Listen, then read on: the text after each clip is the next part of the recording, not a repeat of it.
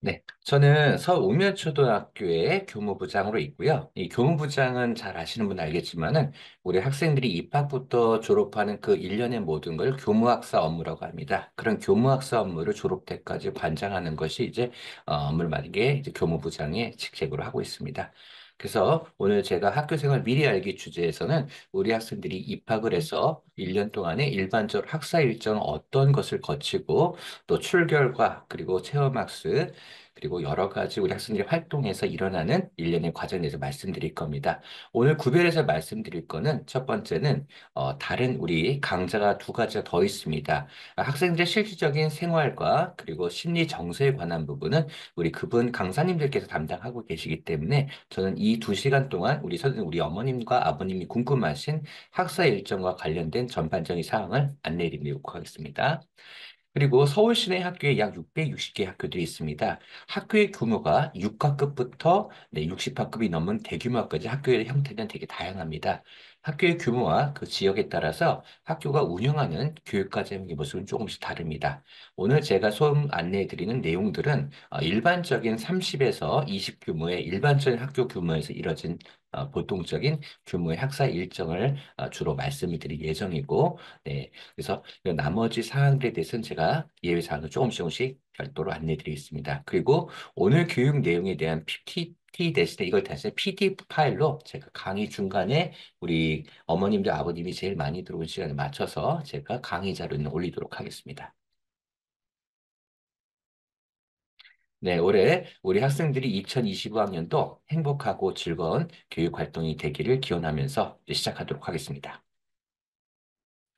네, 제일 먼저 입학식 안내부터 먼저 드리겠습니다. 지난번 예비 소집 때 각 학교에서 자료를 받으셨을 겁니다. 올해 입학식이 언제고 입학식에 어떻게 안내를 할 예정 간단한 안내가 있었을 겁니다. 거의 모든 학교는 3월 4일 화요일 날 10시부터 11시 사이에 대부분 실시합니다.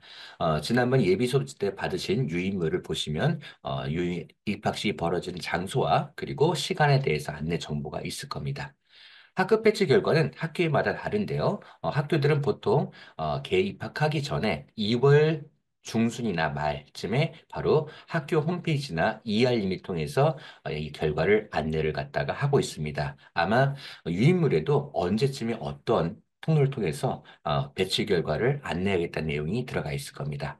마찬가지로 입학식장에서도 다시 한번 우리 학생들이 몇 학년 몇 반인지 알 수 있도록 유인물을 붙여놓고 있습니다. 그래서 그거를 보시면 되겠습니다.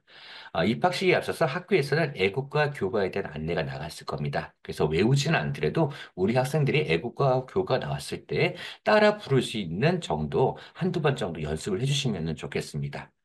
네 번째는 제일 중요한 게 이제 대답을 하는 겁니다. 입학식장이 상당히 소리가 시끄럽습니다. 그래서 학생들을 이제 확인할 때, 선생님이 확인할 때 누구누구 이름을 불렀을 때 크게 소리를 갖다 네 하고선 답변할 수 있도록 지도해 주시면 감사하겠습니다.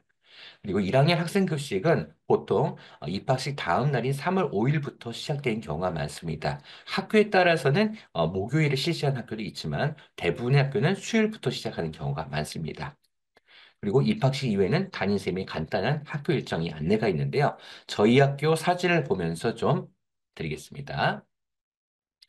네, 저희 학교 작년 사진입니다. 혹시 목소리가 작으신 것 같으면은 그 컴퓨터 집에 있는 컴퓨터 스피커를 조금 더 올려주시면 감사하겠습니다. 저도 좀 목소리 더 크게 내겠습니다.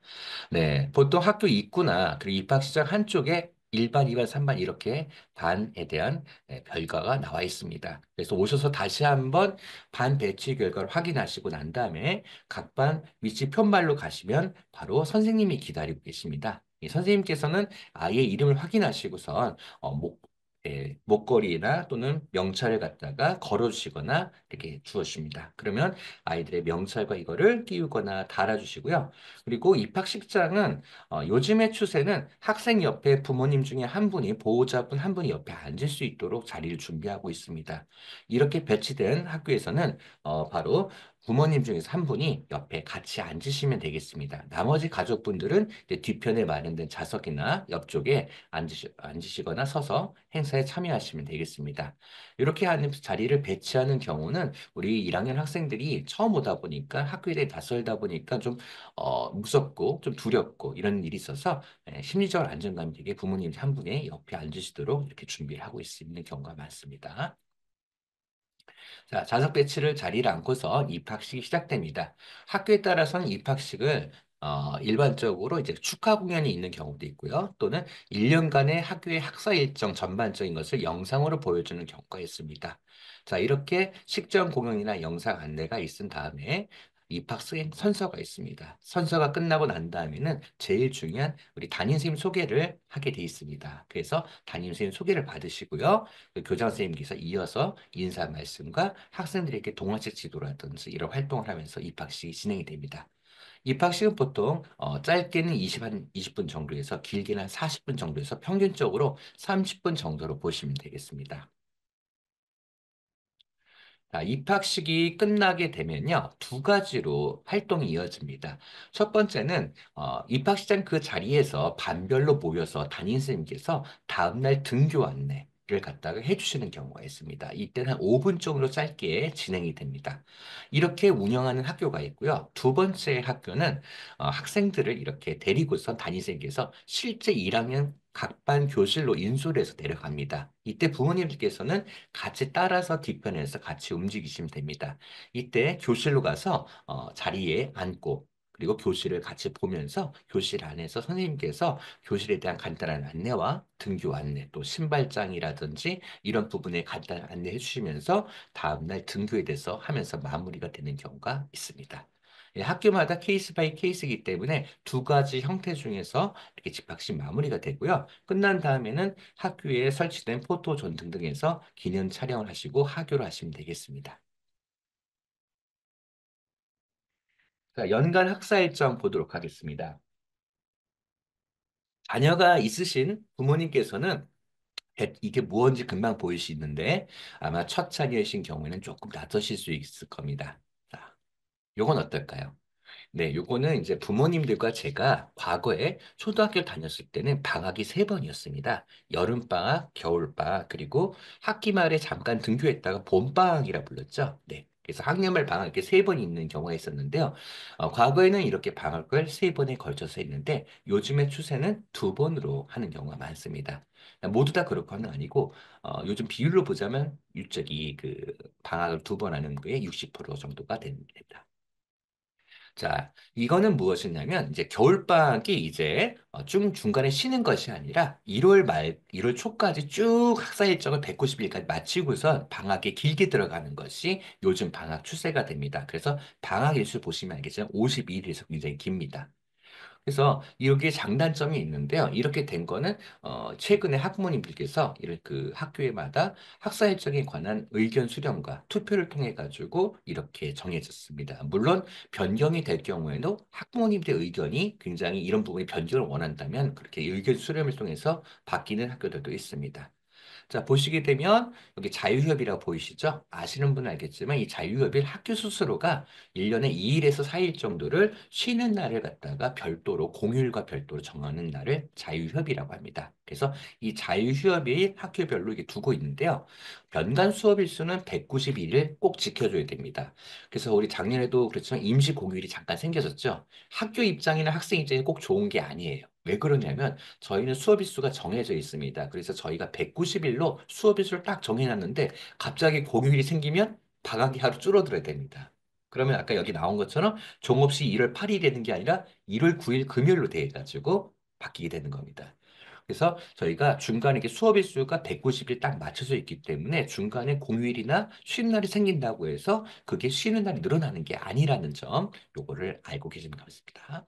그래서 이렇게 하게 되면 좀 힘든 점은 1월 8일까지 보통 우리가 크리스마스 때 좀 되면 쉬고 싶죠. 근데 이런 거는 좀 힘들어요. 저희 교사들도 힘들고 학생들도 힘든 게 12월 말쯤에 아직까지 학사 일정이 이용되기 때문에 이거 좀 힘든 경우도 있습니다. 반면에 이제 1월 9일부터 쭉 중간 학교를 안 나오기 때문에 이 부분이 또 좋다고 생각하시는 또 장점도 있기 때문에 요걸 택한 학교들도 많이 있습니다. 자, 뒤에 계신 거는 이제 과거처럼 이제 중간에 아이들이 좀 힘들 때쯤에 크리스마스쯤 해서 바로 겨울방학이 들어갔다가 1월 말에 다시 잠깐 2, 3주 학교를 나와서 다시 봄방학을 하는 것이 바로 과거 형태인데요. 아직도 이렇게 유지하는 학교들이 30에서 40% 정도가 이렇게 유지를 하고 있습니다. 아마 학교별로 지난번에 예비 소집 때 받은 자료를 보시면 간단한 학사 일정에 우리 학교가 방학이 두 번인지 세 번인지 아마 보시면 나와 있으실 겁니다. 그러면 이 그거에 맞춰서 이제 학사 일정 해주고요. 그 다음에 조심하실 점이 하나 있어요. 최근에 안 그랬는데 요즘 들어 최근 2년 동안 임시 공휴일이 갑자기 중간중간 생기다 보니까 말씀드렸다시피 방학 일정이 변경이 됩니다. 수업 일수를 맞추기 위해서. 그래서 부모님들께서 해외여행을 가시려고 또 이렇게 가족 일정을 맞춰놨는데 여기서 하루 때문에 바뀌어가지고 어떡하지? 이제 걱정하시는데 그건 걱정 안 하셔도 되는 게 이럴 때는 뒤에 나와서 제가 말씀드린 체험학습을 이용하시게 되면 이런 부분에 난감한 점을 좀 해결하실 수 있을 것 같습니다. 그래서 학사 일정은 잘 보시고 가족 행사에 참고하시면 좋을 것 같습니다. 자, 일반적인 학사 일정에 대해서 저희 학교를 기준으로 말씀드립니다. 저희 학교는 바로 방학이 두 번 있는 1월 초에 방학을 쭉 하는 형태 되겠습니다. 이번 올해는 3월 3일이 대체 공휴일입니다. 그러다 보니까 3월 4일 화요일 날 바로 개학과 1, 6학년 역시도 수업이 다 들어갑니다. 이날 개학식이 이루어지고요. 그다음에 제일 궁금하신 방과후 수업의 경우에는 바로 3월 10일부터 시작이 됩니다. 돌봄 교실의 경우에는 5일부터 시작되고요. 방과학교는 10일부터 시작이 됩니다. 보통입니다. 좀 약간 방과 학교 준비가 좀 늦어지는 학교는 17일부터 하는 경우도 있고요. 대개 3월 첫 주 이후에 준비를 해서 둘째 주부터 시작이 됩니다. 그럼 이 기간은 뭐 하느냐? 바로 우리 부모님들께 방과 후 신청을 받습니다. 방과 후 신청을 받아서 방과 후 이제 반을 편성하고 대상자 선정하고 하는 기간이 3월 첫 주가 되겠습니다. 그래서 빠르게 진행되는 학교는 3월 10일부터 시작이 되고 늦어진 학교는 3월 17일 정도에 시작이 됩니다. 그리고 돌봄 교실은 3월 5일부터 바로 그 다음 날부터 시작되는 경우가 많습니다. 자, 그렇게 되면 이제 학교 설명회, 학급 설명회가 있게 됩니다. 요거는 다녀오신 분은 알겠지만은 저희가 이제 담임선생님을 이제 제대로 처음 만나서 인사하고 우리 학생들 수업도 공개하고 우리 교장 선생님이나 학교 교육과정에 들어보는 날이 바로 학교 학급 설명회입니다. 이날은 분리돼서 운영하는 학교들이 있어요. 학교 학급 설명회는 같이 하는데 대부분의 학교에서는 공개 수업을 5교시 정도 하고 학생들이 하교한 다음에 학교 학급 설명회를 하는 경우가 많이 진행을 합니다. 반면에 학교 학급 설명회와 공개 수업을 분리해서 하는 학교들도 있습니다. 요거는 학교 특성에 따라서 또 그 학교의 학부모님들의 요구에 따라서 운영 형태가 달라지기 때문에 학사력을 받으시게 되면 그 일정을 보셔가지고 하시면 되겠습니다. 자, 그러면 이것이 이제 꼭 참여해야 되느냐 물어보시는 분들이 계시는데요. 이 참여는 자유입니다. 근데 이제 대개 학부모님께서는 1학년 학부모님 처음 이제 자녀를 학교를 보내실 때 궁금한 점이 많다 보니까 가시게 되면 좋은 정보들, 궁금한 것도 얻으실 수 있기 때문에 시간이 되시면 참여하시면 좋은 정보, 좋은 시간 되실 거라 생각이 듭니다. 네, 4월 달에는 학부모 상담 주간이 있습니다. 학교마다 이거는 시기는 조금씩 다를 수 있는데요. 학부모 상담 주간은 우리 자녀가 어떤 특성이나 그리고 어떤 특징을 가지고 있는지 선생님께 또 말씀을 드리고 또 선생님께서는 우리 자녀가 한 달 동안 바로 생활한 모습을 보면서 학부모님과 대화를 나누면서 자녀의 지도와 그리고 교육에 관해서 나누는 시간이 되겠습니다.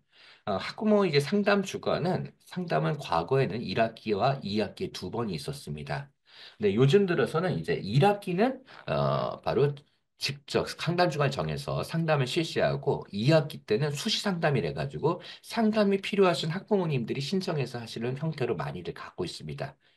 자, 이 수시 상담이 어떤 것 때문에 등장했냐면 바로 두 번 다 나오려니까 시간적인 부담을 느끼시는 학부모님이 계셨습니다. 이거 의무적 꼭 갈 필요 없는데 가고 싶지 않은데 꼭 두 번 가야 되나? 이런 부담을 느끼시는 학부모님이 계셔가지고 저희가 자녀분들을 상담하기 위해서 또 파악을 위해서는 한 번은 꼭 필요합니다. 그래서 이건 전화든 아니면 대면이든 상담을 한 번 하고 나머지는 이제 필요하신 경우에는 선생님과 협의를 통해서 하는 수시 상담으로 진행이 됩니다. 자, 이때 이제 상담이 이때도 하시게 되면 담임 선생님하고 잘 맞춰서 하시면 되겠습니다. 자, 그리고 5월 달에 가시게 되면 5월 5일 어린이날과 6일날 이렇게 보면 쉬는 날이 있는데요. 여기 보시면은 이렇게 일일자 이게 표시가 돼 있죠. 예, 보통 학교에서는 부모님들이 근로자의 날이 많이 쉬시기 때문에 근로자의 날을 자유휴업일로 정하는 경우가 많습니다. 그래서 이때 안 정하는 경우도 있고요. 대부분 정하는 경우 학교도 많습니다. 그리고 저희 학교는 6일 날이, 6월 5일 날이 개교 기념일이에요. 그래서 개교 기념일이 휴일과 가까운 경우에는 바로 개교 기념일 갖다가 자유휴일로 지정해가지고 쉬는 경우도 있습니다. 그래서 학교별로 만약 개교 기념일 만약 10일이다. 뜬금없이 있으면 안 쉬는 경우도 많고요. 이와 같이 휴업일이 바로 근처에 있어, 바로 앞에 붙어 있어서 연달아 쉴 수 있는 경우에는 또 휴업이 자유휴일로 정하는 경우도 있습니다. 자, 그리고 수업 일수 잠깐 좀 말씀드리고 갈게요. 저기 다시 학교는 이렇게 수업 일수가 딱 계획되어 있습니다. 그래서 190일이라는 수업 일수가 최소 수업 일수고요. 학교에 따라서는 191일이나 192일이 수업 일수가 있는 학교도 있습니다. 191일 학교의 장점은 뭘까요? 네, 혹시라도 임시 공휴일이 생기더라도 바로 1일의 여유이기 때문에 다 별도로 학사 일정을 조정하지 않더라도 바로 수업 일수 변경 없이 수업일수 변경 없이 갈 수가 있기 때문에 190일이나 191일을 채택하는 학교도 있습니다. 그거는 학교별로인데 최소 수업일수는 190일은 맞춰줘야 됩니다. 7월 달에 보시게 되면요. 7월 달에 보시면 7월 달에 방학이 보통 들어갑니다. 일찍 들어간 학교는 7월 17일 정도인데 요즘 들어서 방학 일정이 짧아지고 있어요. 겨울방학 길고 여름방학은 짧아지는 좀 추세입니다. 그래서 여름방학이 보통 이때 7월 말에 들어가고요. 방학 개학은 8월 19일 정도라는데 상당히 더운 편입니다. 그래서 요즘에 학교 추세들이 다시 개학일을 뒤로 늦추는 학교들도 일부 있기는 있습니다. 근데 이제 저희가 수업 일수가 결국 좀 나와 있다 보니까 여름방학이 길어지면 겨울방학이 줄어들기 때문에 이런 부분에 있어서 좀 밸런스를 맞추는데 상당히 고민이 많습니다. 자, 그리고 9월 달에는 이제 보시게 되면 체험학습이 안내가 돼 있는데요. 체험학습이 저희 학교는 2학기 때 지금 편성이 돼 있는데, 많은 학교들은 1학기 때 편성이 돼 있는 경우도 있습니다. 네, 학교마다 상황이 다른데요. 1학기 때 현장학습을 가게 되면 5월 달, 4월 달 말부터 시작해서 6월 달 초까지 중에서 현장학습을 갑니다. 만약에 2학기 때 가게 되면 9월 초부터 11월 달 사이에 현장 학습을 갖다가 가기도 합니다. 과거에는 현장 학습을 이제 4월 달에도 많이 갔는데 요즘에 좀 5월 달 늦게 가는 이유가 미세먼지 때문에 미세먼지가 보통 6월 근처가 되면 좀 떨어지거든요. 그래서 6월 달 경우에 전후로 미세먼지 떨어지면 가는 경우가 많습니다. 현장 학습은 이제 두 번 또는 한 번으로 하고요. 이것도 역시 매년 우리 어머님들의 아버님들의 그 부모님들의 그 의견을 갖다 수렴해가지고 그 점을 고려해가지고 일정이 반영합니다. 10월 달에 가면은 많은 학교들이 운동회를 하는 경우가 많습니다. 일반적인 경우에 2년에 한 번씩 대운동회를 해가지고 1, 6학년 모두가 참여하는 대운동회를 하는 경우가 많습니다. 요즘 추세가 조금 바뀐 게 일부 학교에서는 이 운동회를 좀 상당히 좋아하다 보니까 코로나를 거치면서 아이들의 그런 그 체육 활동이라는 걸 보장하기 위해서 운동회를 소규모로 1년에 매년 하는 학교들이 이제 나타나고 있습니다. 그래서 학교의 일정에 따라서 운동에 참여하시면 되겠습니다. 11월 달, 12월 달 보시게 되면 11월 달은 수능일인데요. 수능일 날은 당일날은 아시다시피 1교시 수업이 없습니다. 초등학교도. 그래서 1교시 늦게 바로 등교를 하시면 되겠습니다. 그리고 12월 달에 이제 저희가 이제 방과후 학교 공개라든지 학예회가 있는 경우가 있습니다. 학예의 경우에는 학교마다 제일 바뀐 게 학예입니다. 학예가 추세가 좀 많이 바뀐 게 학예를 안 하는 학교들이 많아지고 있고요. 대신에 학급 단위나 학년 단위로 발표회라는 경우나 또는 방과 후 발표로 대체하는 학교들이 있습니다. 그래서 이렇게 쭉 방학이 두 번 있고 학기가 1월 달에 끝난 학교는 보통 1월 7일이나 8일쯤에 종업식과 졸업식을 하면서 끝나게 됩니다. 급식은 보통 1학년의 기준에는 입학식과 마지막 수업일 때가 급식이 안 나오는 경우에 대다수의 날은 네, 급식이 모두 제공이 됩니다. 자, 그리고 이제 입학 초기 정활동에 대해서 말씀드리겠습니다. 저희가 첫 주에 바로 수업을 하는 게 아니에요. 우리 학생들이 이제 화장실도 어떻게 가야 되는지, 밥도 어떻게 먹는지 잘 모르잖아요. 학교에 뭐가 있는지. 그래서 그 입학을 초기를 적응하는 시간이 있습니다. 대부분 첫 주에 그 시간들이 진행이 되고요. 과거에는 68시간이 있었지만 이제 34시간으로 작년부터 줄어들었습니다. 그 이유는 국어 시간에 34시간을 한글 해독을 위해서 더 많은 시간을 투자를 하고요. 그리고 입학 초기를 줄인 만큼 이 시간들은 네가 예전에 바른 생활, 슬기로운 생활, 즐기는 생활 이렇게 통합교과에서 바로 이 내용을 다루게 되었습니다. 그래서 한글 교육 강화로 바로 시간이 배분이 이루어지고 있는 점, 그 점을 조금 생각해 주시면 되겠습니다. 다른 분들도 언급하셨지만 저도 시간표 잠깐 좀 말씀을 드려야 돼가지고 이 부분은 겹치는 부분이 있을 수 있지만 잠깐 말씀드리겠습니다. 블록 타임형과 일반형이 있는데요. 일반형은 아시다시피 40분 수업하고 10분 쉬는 시간 이것이 유지되는 것이 일반형입니다. 블록 타임 형태는 뭐냐? 1, 2교시 이렇게 2시간을 묶어주는 거예요. 중간에 쉬는 시간 없이. 그 다음 3, 4교시 이렇게 묶어주는데 그 이유는 중간 놀이 시간과 점심 시간을 좀 더 많이 주기 위해서 또 수업이 이어지는데 우리 학생들이 수시로 화장실을 가요. 물론 이거 막질 않습니다. 선생님이 간다고 하면 다 보내주십니다. 그러다 보면 40분 수업 단위에서는 수업의 흐름이 너무 많이 끊기기 때문에 수업의 단위를 묶어서 이게 블록으로 묶는 시간표를 운영하는 학교들이 있습니다. 그래서 학교에 따라서 달라지기 때문에 이 블록 타임 형이냐 일반형은 이제 계약하시고 나서 담임 선생님께 안내를 받으시면 시간표를 보실 수 있습니다. 자, 일반적인 그럼 1학년 일주 시간표를 보겠습니다. 저희 학교는 첫 주가 적응 기간이어서 우리 학생들이 5교시 수업이 아직 익숙하지 않기 때문에 4교시 수업만 하고 급식을 먹고 12시 50분경에 하교를 갖다 하게 돼 있습니다. 그 이후부터는 우리 1학년하고 2학년은 4교시 수업이 2번 있고요. 5교시 수업이 3번 있습니다.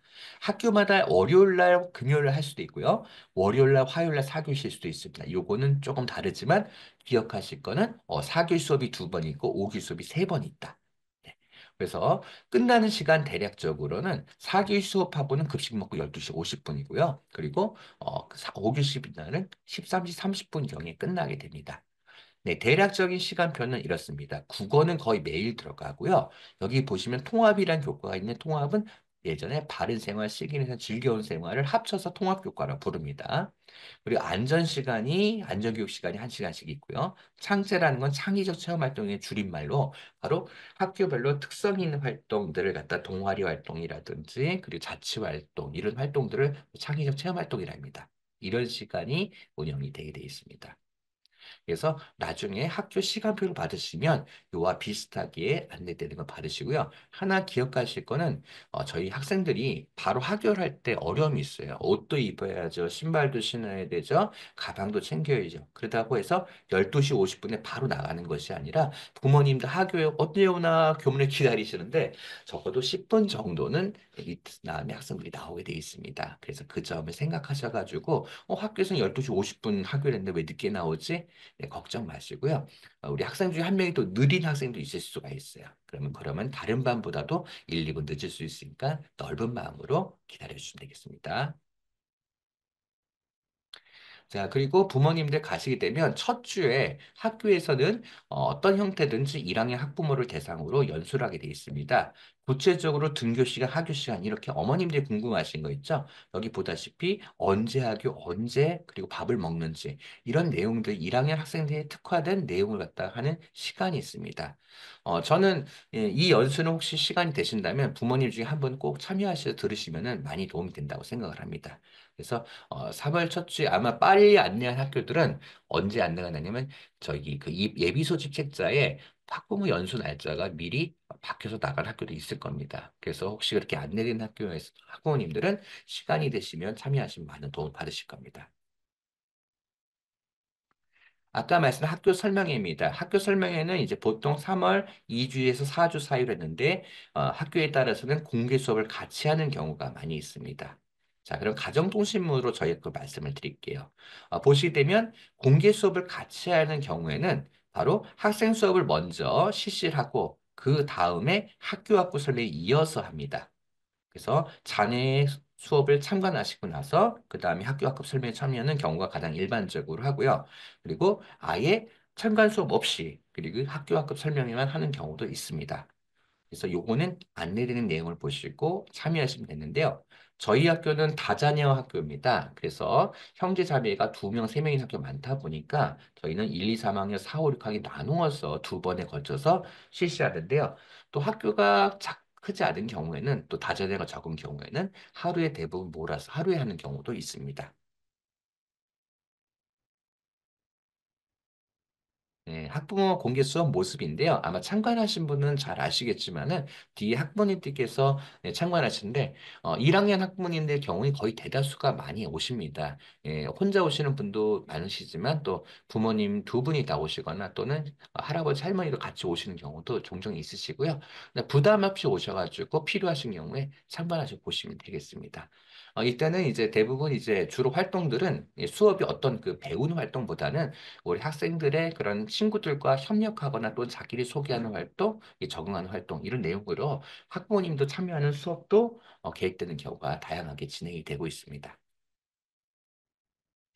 상담 주간 안내입니다. 이 상담 주간이 운영하는 학교들은 이와 같이 가정통신문이 나갑니다. 그래서 기간 안내와 그리고 여기 제가 표시가 안 됐지만 이 밑에 시간대별로 신청을 할 수 있는 1순위, 2순위, 3순위 신청할 수 있는 칸이 있습니다. 그래서 이것을 어떤 그 소통 도구가 온라인 도구, ERM이라든지 온라인 도구가 있는 경우에는 이제 온라인으로 답변하시면 되고 종이 가정통신문의 경우에는 거기에 이제 표시를 하셔서 회신하시게 되면 담임선생님께서 각 어머님들 다 들어오신 거를 합산해가지고 날짜나 이런 거를 중복이 되는 날짜 조정을 하면서 안내가 나가실 겁니다.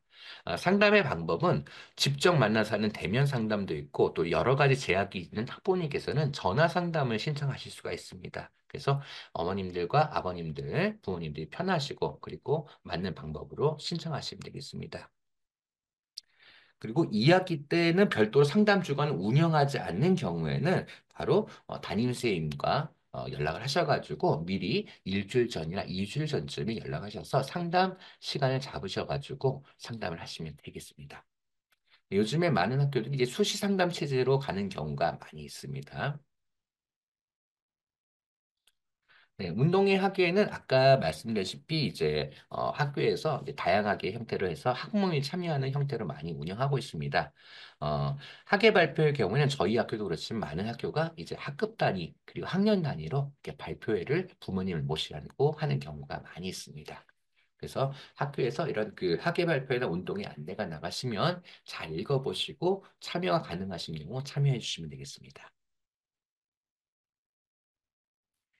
네. 개정교육과정 맞습니다. 교육과정은 크게 그 중요한 부분이지만 이게 부모님들께는 이게 현재로는 당장 중요한 게 아니기 때문에 간단하게만 좀 언급을 드리겠습니다.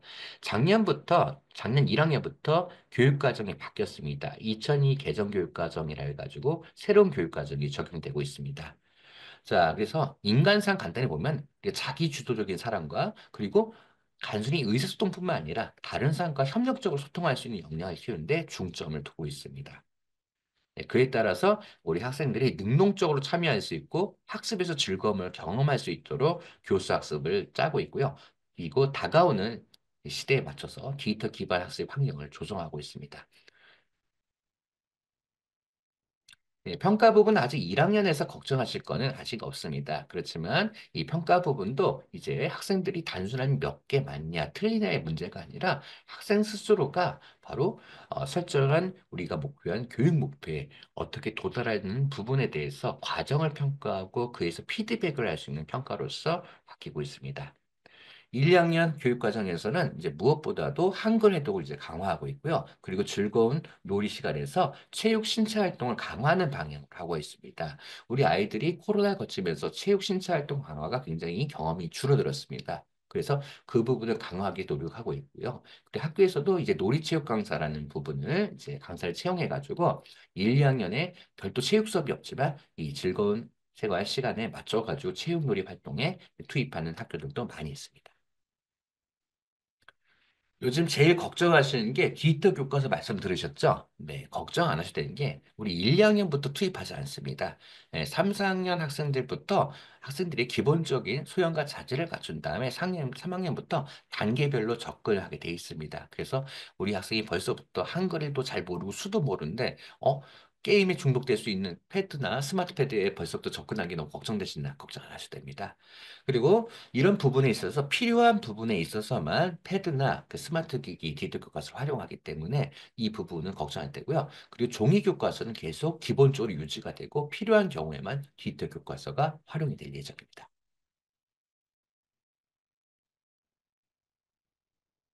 네.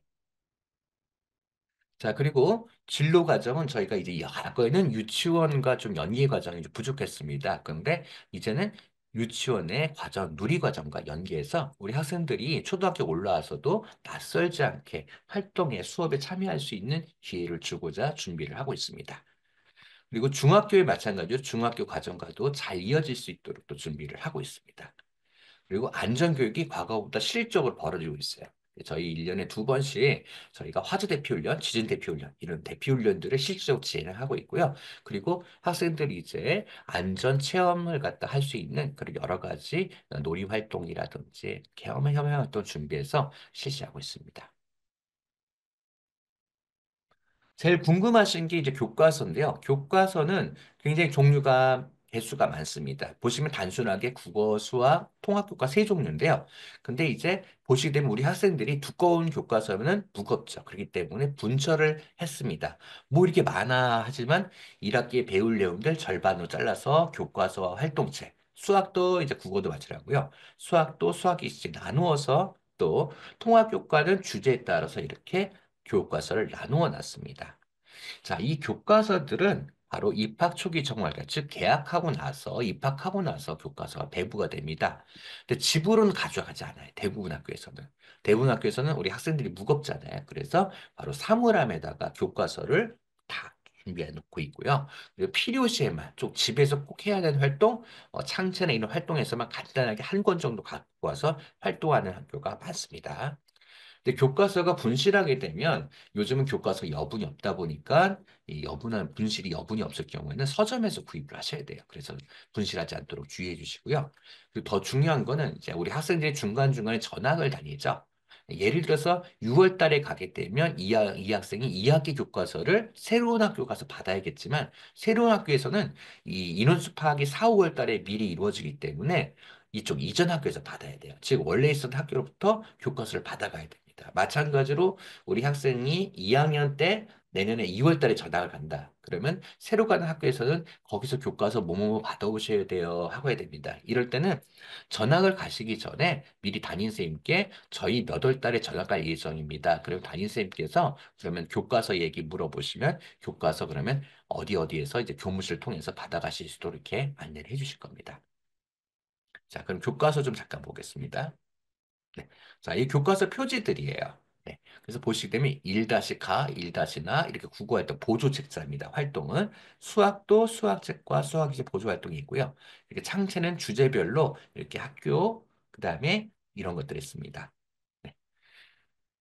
네. 초등학교 내내는 아니고요. 초등학교 내내 교과서를 안 거전이라 지금 이제 3, 4학년, 3, 4, 5, 6 되면은 국어나 수학 또는 과학 교과가 필요한 경우에는 이제 교과서를 집에 가져갔다가 다시 가져오기도 합니다.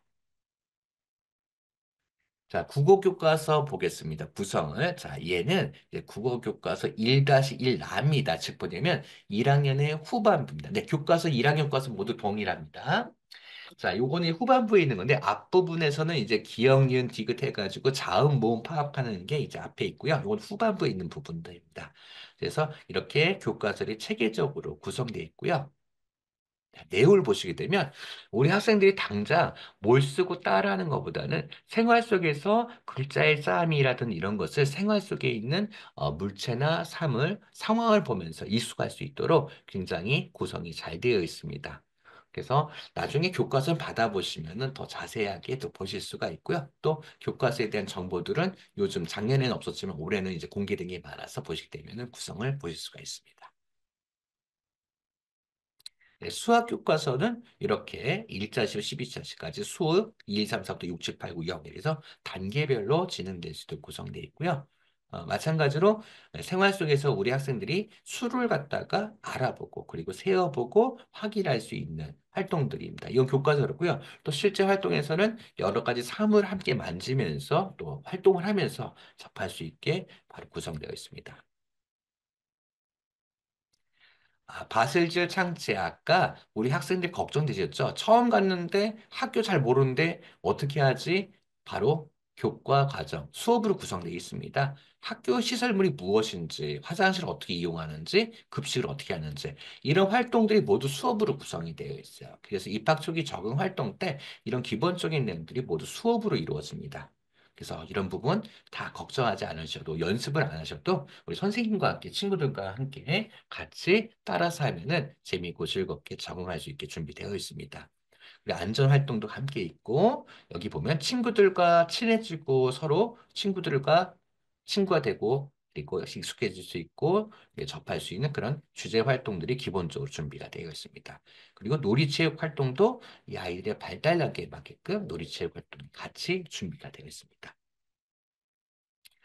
요 활동은 제일 먼저 첫 번째 학교가 궁금해요지니까 학교에서 장소가 어디고 또 어떤 활동하는지 급식 어떻게 하는지 이런 것들을 갖다가 바로 이어지는 첫 번째 단원 소개 부분이 되겠습니다. 네, 평가도 궁금하실 거예요. 요즘에 평가가 이미 자녀가 계신 분은 잘 아시겠지만 예전하고 평가 다릅니다. 어떤 평가냐면 저희가 잘했던 평가는 뭐 국수사과 뭐 20문제 내서 20문제 중에서 몇 문제 맞았냐 해서 100점 맞은 조에서 뭐 95점, 올백 뭐 이런 개념으로 접근했었죠. 이제 그런 평가는 안 이루어집니다. 요즘의 평가들에는 이제 수행평가라고 해서 과정 중심으로 이루어지는 평가입니다. 이제 뭐냐, 과정에서 우리 학생이 이 과정에서 어떤 활동을 보였고 그 과정에서 어떤 성취를 보였는지 어떤 태도를 보였는지 이걸 종합적으로 하는 평가를 하게 되어 있습니다.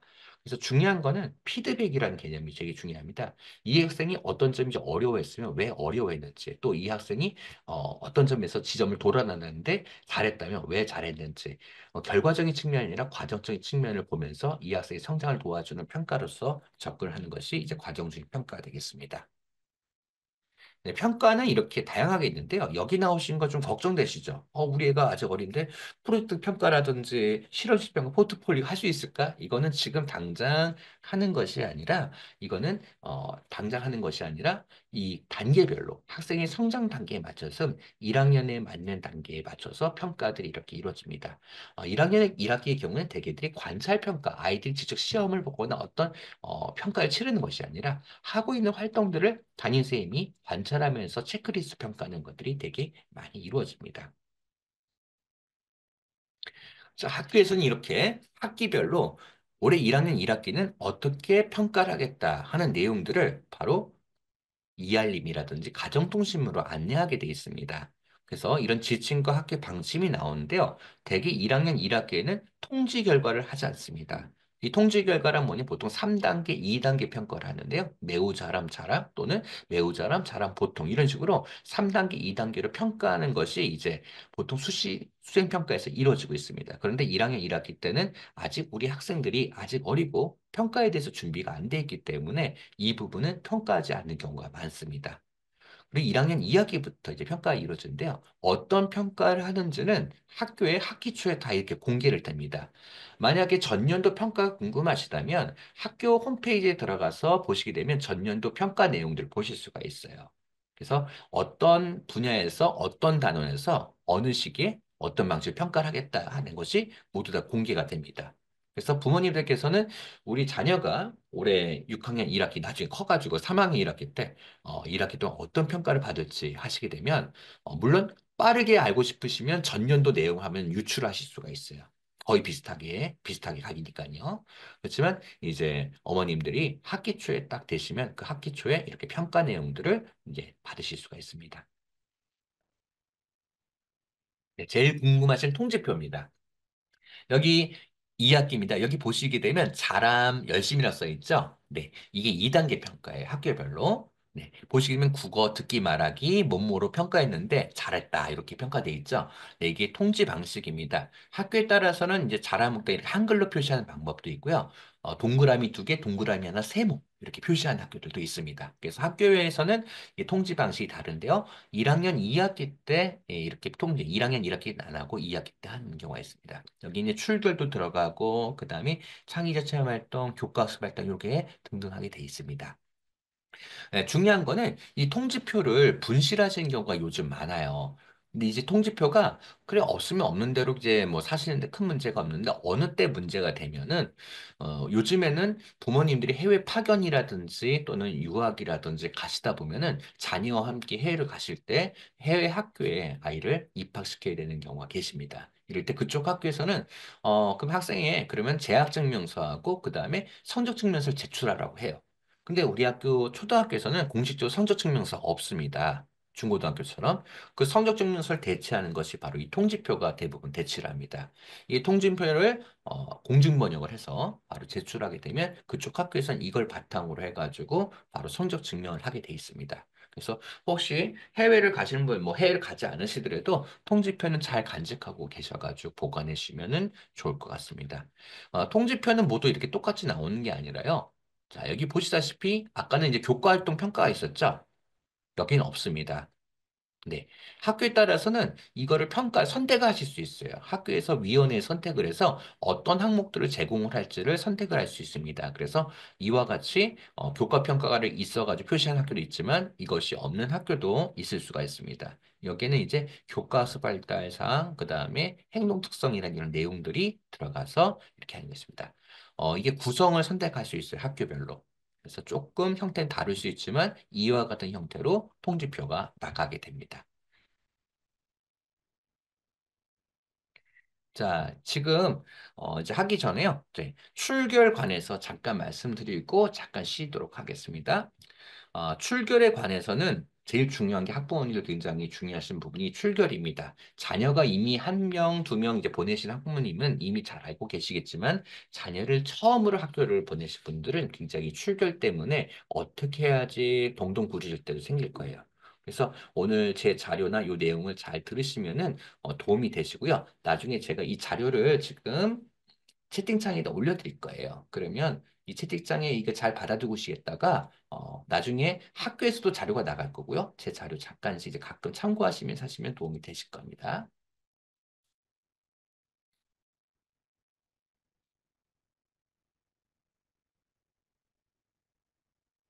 네. 오늘 연수 자료 제가 지금 채팅창에 올리고 있고요. 네, 요거는 나중에 참고하시면 되겠습니다.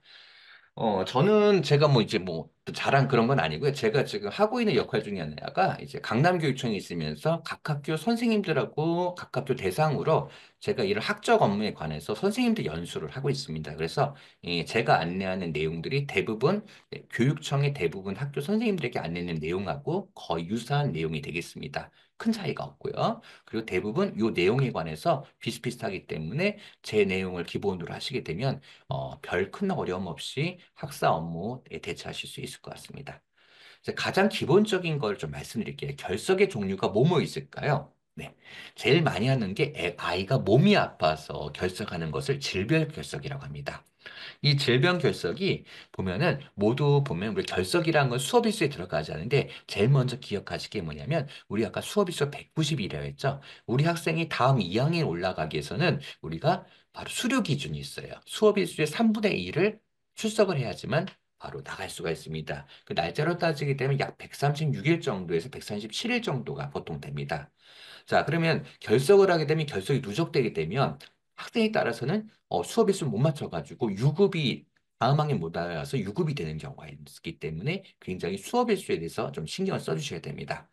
자, 그럼 질병 결석에는 일반적으로 이제 몸이 아파서 한 결석인데요. 이 중에서 출석으로 인정받는 결석이 있어요. 여기 보시면 잠깐 나와 있지만 법정 감염병이라는 결석은 출석으로 인정해지면 나오지 않더라고요. 왜냐하면 이 학생이 나와서 다른 학생이 독감이라는 데 옮기게 되면 학교 전체에 큰 피해를 줄 수 있기 때문에 이 학생이 안 나와서 주는 것도 출석을 인정해주는 하는 결석이 있습니다. 법정 감염병의 경우에 대표적으로 독감이나 홍역, 수두가 이에 해당됩니다.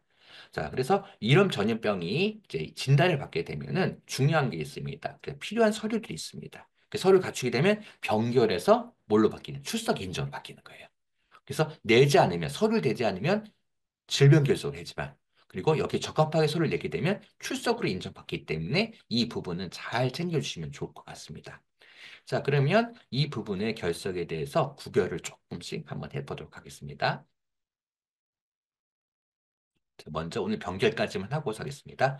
병결 기억하실 거는 3일부터는 서류를 많이 갖춰야 됐다. 중요하다. 요거만 기억하시면 돼요. 빨간색.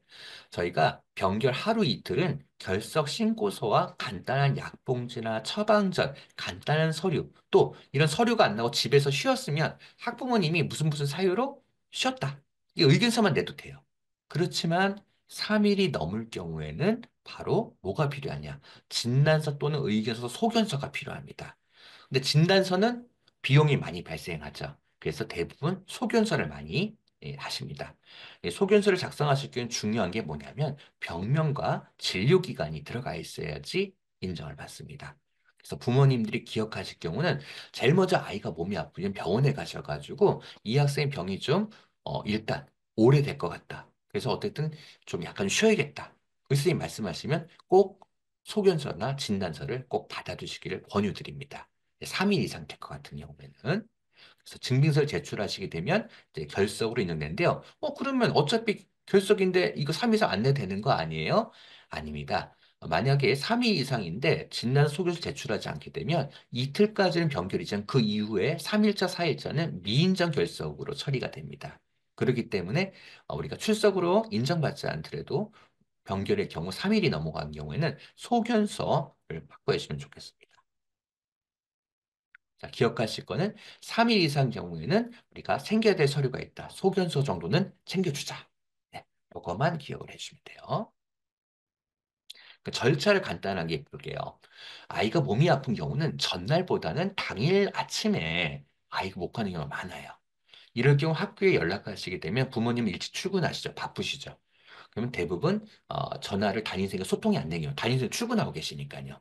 이럴 경우에는 학교 교무실로 통화를 하셔가지고 교무실에 저 몇 학년 몇 반 누구 학부모인데 저희 아이가 어디가 아파가지고 오늘 학교를 못 갈 것 같습니다. 아니면 늦을 것 같습니다. 해주시면 그 교무실인 선생님께서 담임선생님께 메시지나 또는 전화로 연락을 남겨주십니다.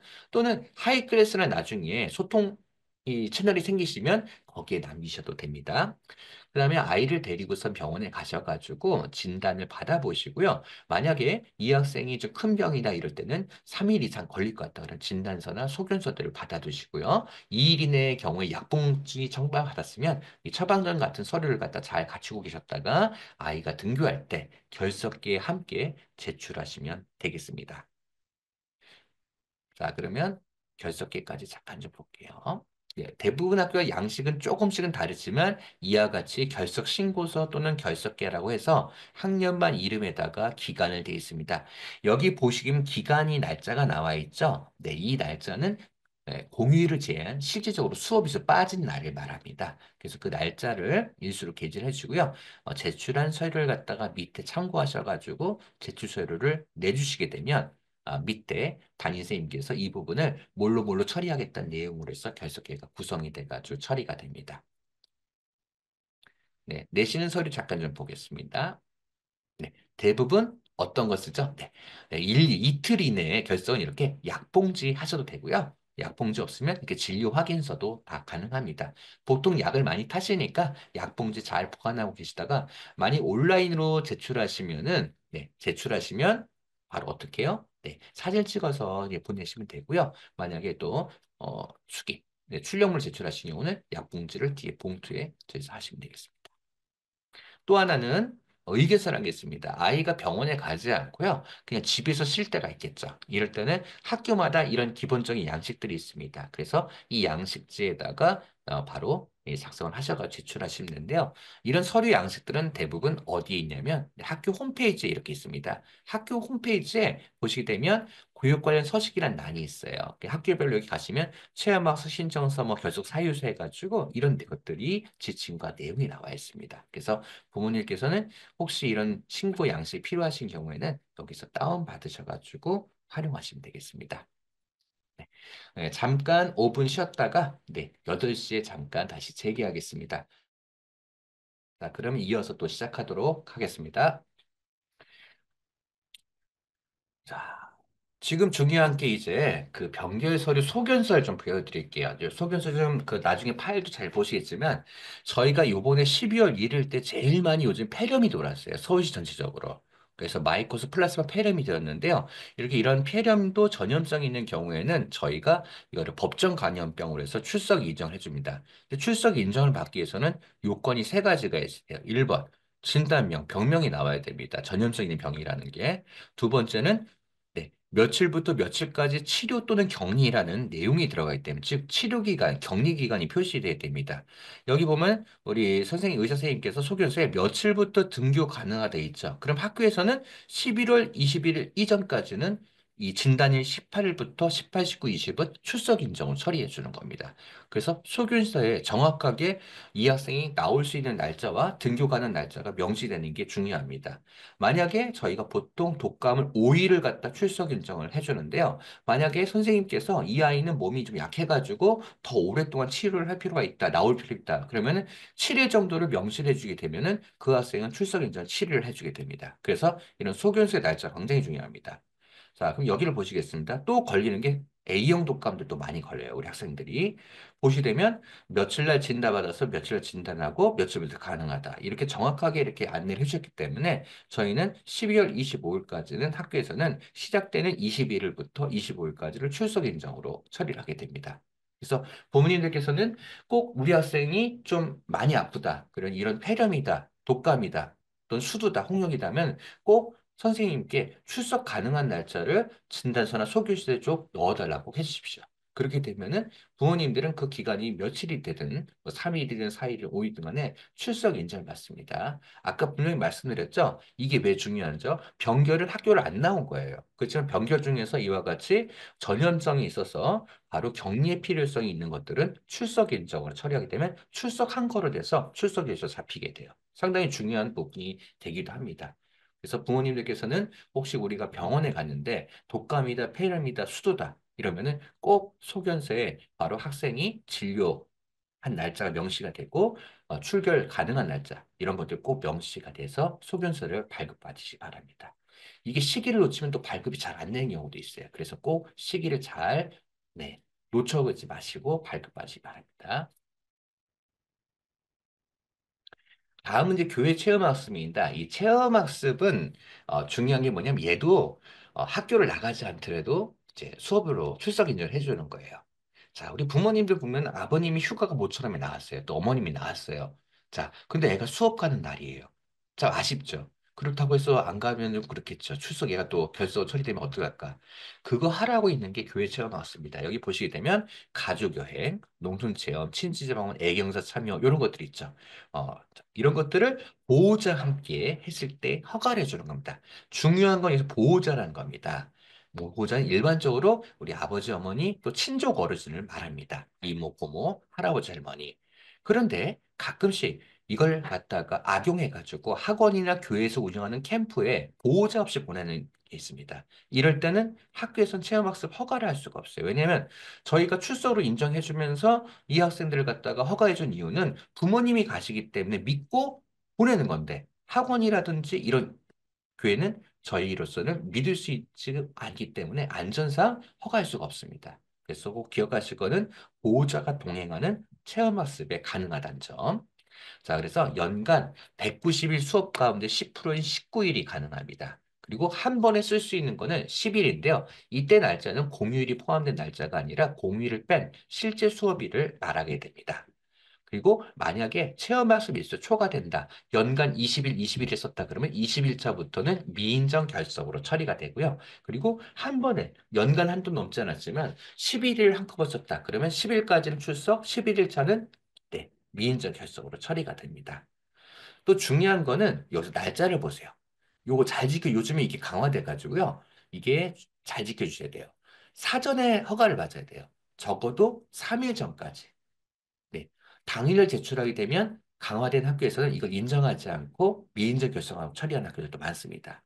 그렇기 때문에 꼭 사전에 계획을 하셔가지고 3일 전까지 꼭 제출하시고요. 두 번째, 갔다 오신 다음에는 일주일 이내에 제출해 주셔야 됩니다. 또 너무 길게 가는 경우가 있죠. 5일 이상 가는 경우는 중간에 한번 담임선생님께 문자나 또는 어떤 소통 방식을 정하셔가지고 학교에서 안내된 방식으로 해서 간단한 전화 통화 또는 문자 메시지 통해서 아동의 안전 소재를 갖다가 한 번 정도는 연락을 해주셔야 됩니다. 이게 왜 그러냐면 최근에 사건이 있어졌습니다. 네. 네, 수업 내용은 좀 이따 말씀드릴게요. 자, 그러면 신청서하고 보고서 양식 좀 보겠습니다. 요거는 온라인으로 제출할 수 있는 학교가 있고요. 온라인으로 있고 그다음에 수기 온라인 모두 가능한 학교도 있습니다. 저희 학교는 두 가지 모두 가능해서 네, 양식지를 올려놔가지고요. 또 하이클래스나 이걸 통해서 제출할 수도 있게 했습니다. 대부분 학교가 이제 나이스나 또는 온라인으로 보고할 수 있는 시스템을 대부분 갖추고 있습니다. 그래서 학교에서 쓰고 있는 온라인 시스템을 활용해서 하셔도 됩니다. 자, 그러면 교회 체험학습을 하실 때 중요한 거는 인적사항과 기간인데 여기 있는 기간도 역시 공휴일을 뺀 실제 날수를 말합니다. 수업 일수로요. 그 다음에 학습 계획은 간단하게 어떤 활동들 할 건지만 간단하게만 써주시면 됩니다. 그러니까 여기 빠진 게 뭐가 있냐? 이 밑에 보호자, 같이 가는 대표 보호자 누군지, 그리고 연락처가 꼭 들어가게 돼 있어요. 이름하고. 그래서 그걸 제출하시게 되면 학교에서는 이걸 내용을 보고 거의 문제가 없으면 대부분 허가를 하게 됩니다. 근데 다녀와서는 바로 일주일 이내에 바로 체험학습 보고를 제출하는데요. 역시 내용들 때 구성 방식은 다양합니다. 네, 요와 같이 뭐 이렇게 사진을 잘라 붙일 수도 있고요. 어떤 분들은 티켓을 갖다 넣은 경우도 있고, 또는 스냅 사진 찍은 걸 넣으시는 분도 있고, 그래서 다양한 방식으로 하는데요. 내용은 꼭 들어가야 됩니다. 가서 어떤 것을 갖다가 배우고, 어떤 활동을 했고, 뭘 느꼈는지 아이가 이걸 작성할 수 있도록 해주시고요. 사진이라든지 이런 것들은 너무 부담 갖지 않으셔도 돼요. 간단하게 티켓 하나만 넣으셔도 되고 가족 사진 있었던 특징 사진 하나 출력해서 이렇게 붙여줘도 상관이 없습니다. 근데 중요한 거는 어떤 활동들을 했는지를 구체적으로 작성을 해주셔야 됩니다. 그래서 이거를 기간 내에 제출하셨을 때 학교에서는 이거를 출석으로 인정 처리를 하게 됩니다. 중요한 거는 우리 부모님들께서 해외를 갔다가 오래 가고 싶으시다니까 체험학습을 여름방학을 두고요. 앞에 10일, 뒤에 9일을 쓰시는 경우가 있어요. 방학에 앞에 쪽에다 10일 쓰시고 뒤에서 총 19일을 쓰실 때가 있는데요. 이럴 때 연속 일수를 넘어서기 때문에 뒤에 있는 9일이 미인정으로 처리가 됩니다. 그래서 부모님들께서는 혹시 그렇게 가실 생각이 있으시다고 하더라도 학교에 먼저 담임선생님한테 이런 계획이 있는데 이게 출석 처리를 갖다가 어떻게 하면 되겠냐, 어떻게 처리되냐 한번 확인하셔야 됩니다. 근데 저희 서울시 공통된 지침은 방학을 앞뒤로 두고선 여름방학 이전에 10일 바로 이어서 9일 이렇게 하게 되는 것은 뒤에 날짜를 인정하지 않게 되니까 그 점 이해해 주시고 그걸 잘 인지해 주시고 확인하시기 바랍니다. 자, 그럼 부모님들이 체험학습을 한 번에 최대 쓸 수 있는 것을 한번 계산해 보겠습니다. 만약에 그 당시 날짜가 이렇게 휴일들이 이렇게 껴 있어요. 이게 빨간색이 이제 체험학습 일수인데요. 이렇게 공휴일을 제외하고 자율휴일 제외해서 8일부터 10 이렇게 하면 23일까지 세보시면 10개가 됩니다. 한마디로 말해서 여기 일요일 여기 뺐죠. 그 전주 일요일 토요일부터 약 25일을 쉴 수가 있는 거예요. 이렇게 되면. 그래서 부모님들 같은 경우 또 어떻게 하느냐? 평소에 아무것도 없어도 2주 8일부터 19일까지 아무것도 없는 날도요. 토일 끼면 약 14일 정도를 갖다가 가질 수가 있습니다. 합법적으로. 최대 10일 쓸 수 있으니까요. 근데 그런 점을 이제 잘 활용하시면은 14일 정도 학기 중일에도 14일 정도의 체험학습 일수를 확보할 수 있겠으니까 날짜를 잘 보시고 그리고 하시게 되면 유용하게 체험학습을 활용하실 수가 있습니다. 네, 또 하나는 체험학습은 2분의 1이 가능해요. 이 얘기는 뭐냐면 보통 금요일 같은 경우 여행을 많이 가죠. 예를 들어서 26일 날 아침부터 일찍 가는 게 아니야. 근데 부모님도 역시 반차를 내시고 오후에 갈 예정이다. 그러면 아이도 굳이 일찍 나올 필요가 없죠. 그러면 아이가 한 1, 2, 3교시 정도 수업을 하고 오후에 4, 5, 6교시를 빠지고 가겠다. 그러면 반일 체험학습을 낼 수가 있어요. 그럼 얘는 0.5일로 계산이 돼요. 그래서 다음에 또 이와 같이 주말에 한 번 더 쓸 수가 있게 되죠. 그래서 이렇게 체험학습을 또 필요한 경우는 반일 체험학습을 또 활용해서 사실할 수 있다는 점을 또 참고하시면 되겠습니다. 예, 다음 이제 경조사에 있습니다. 네, 경조사에 있는데요. 여기서 좀 바뀐 게 있는데, 바뀐 거 좀 이따 설명드릴게요. 이게 작성한 게, 한 제가 1주, 2주 전에 작성을 했고, 이 연구를요. 저 연수가 지금 추석 설부 전에 시작돼가지고, 그때 바뀐 게 오늘 나왔습니다. 자, 보시게 되면, 이 위에 거는 뭐 큰 문제가 없는데, 이제 보통 할아버지, 할머니 있죠? 네. 아버지, 어머니, 할아버지, 할머니는 5일간 경조사 일수를 출석으로 인정을 해줍니다. 예, 아이들한테는 이제 증조부부, 그리고 부모님들한테는 할아버지 할머니 되시죠. 요즘에 워낙 장수를 하시다 보니까 증조부부 이게 상들이 많이 있습니다. 이날은 이제 3일 정도를 이제 경조사 일수로 출석 인정해 주고요. 그 형제자매 그 배우자도 3일로 해주게 됩니다. 자, 바뀐 게 바로 요거예요. 부모의 형제자매 누굴까요? 이모, 고모, 그다음에 큰아버지, 외삼촌 해당되시겠죠? 과거에는 이게 불과 최근까지도 1일이었는데 이 올해 바뀌어서 3일로 바뀌었습니다. 3일로. 네, 이거는 한국 정서상 이모, 고모, 할아버지, 아니, 이모, 고모, 큰아버지, 작은아버지 돌아가셨는데 어떻게 하루만 있겠어요? 부모님들 가서 한 2, 3일 계시는데. 그래서 그런 정서상 이게 3일로 올해부터 2025학년부터 3일로 이제 바뀌게 되어 있습니다. 근데 여기 포함되지 않은 게 있습니다. 뭘까요? 바로 이모, 삼촌. 결혼식, 요즘에 결혼을 늦게 하다 보니까 이모나 삼촌이나 외삼촌, 고모들이 바로 이래 결혼하시는 경우가 많이 있는데 여기는 경조사에는 포함되지 않았어요. 그럼 얘는 어디서 하면 좋을까요? 네, 아까 저희가 체험학습 신청 요건 중에서 애경사가 있었습니다. 바로 체험학습을 고모 결혼식, 그 다음에 이모 결혼식, 이렇게 해서 체험학습을 가족 경조사 참여로 또 여기 쓸 수 있는 게 또 간병이나, 아니, 문병이라든지 이런 것들도 바로 여기에서 할아버지 뭐 회가변, 이런 것들도 아까 말씀드렸던 체험학습에서 가족 행사로 네, 참여하시면 되겠습니다. 네, 보통 연속으로 처리가 되고 나누어서 사용하지는 않습니다. 그리고 이때는 토요일, 공휴일 재량률 역시 빠지게 됩니다. 자, 그럼 이거 경조사 근거서는 어떻게 제출하냐? 학교별로 이제 경조사 결석계가 이렇게 별도로 있는 경우도 있고요. 일반 결석계 제출한 경우도 있습니다. 어쨌든 해당되는 결석계에다가 체크를 하시 제출하시는데요. 여기 제출하는 거는 보통 이제 애경사의 경우 이제 결혼식인 천초장이 되겠고요. 그다음에 조사인 경우에는 사망진단서를 보통 중고등학교 요구를 받습니다. 근데 초등학교에서는 사망진단서를 제출해 줘도 제일 좋은 건데 사망진단서 발급이 어려운 경우에는 여기 보다시피 모바일 보고장이라든지 문자 메시지, 그다음에 장례식장 홈페이지에 있는 스샷, 그 상주라든지 그 정보가 나온 스크린샷을 떤 거를 제출하시게 되면 그것도 근거 서류로 바로 인정해주게 됩니다. 그래서 나중에 서류 제출하실 때 이런 사망인사가 안 됐대. 거의 걱정하지 마시고 바로 이렇게 모바일이라든지 또는 문자 메시지 수신자를 이거 활용하신다는 점을 참고하시기 바랍니다. 자, 아까 이제 빠진 것 중에 하나가 이제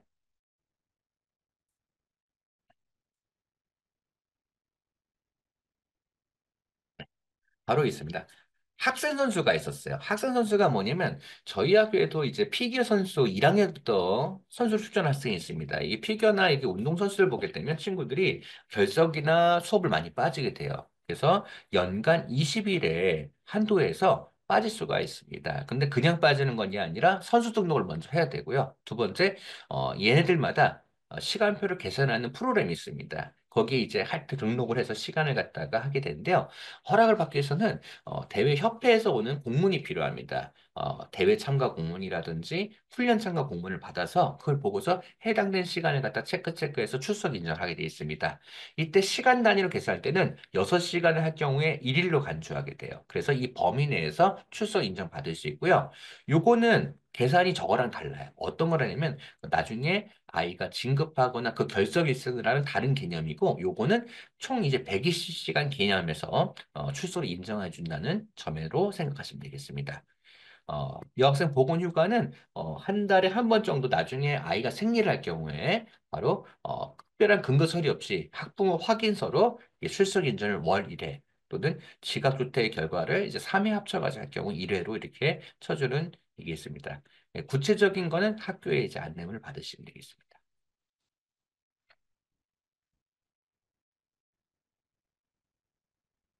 다시 한번 강조해 드리면 일일, 이틀 이내 결석은 이렇게 약봉지로 근거 서류하시면 된다. 그리고 3일 이상 또는 3일 이상의 경우에는 송연서에 병명과 그리고 학생이 나오지 못하는 격리일이나 또는 학교 못하는 날짜, 등교일 같은 기간이 정확히 명시돼야 된다.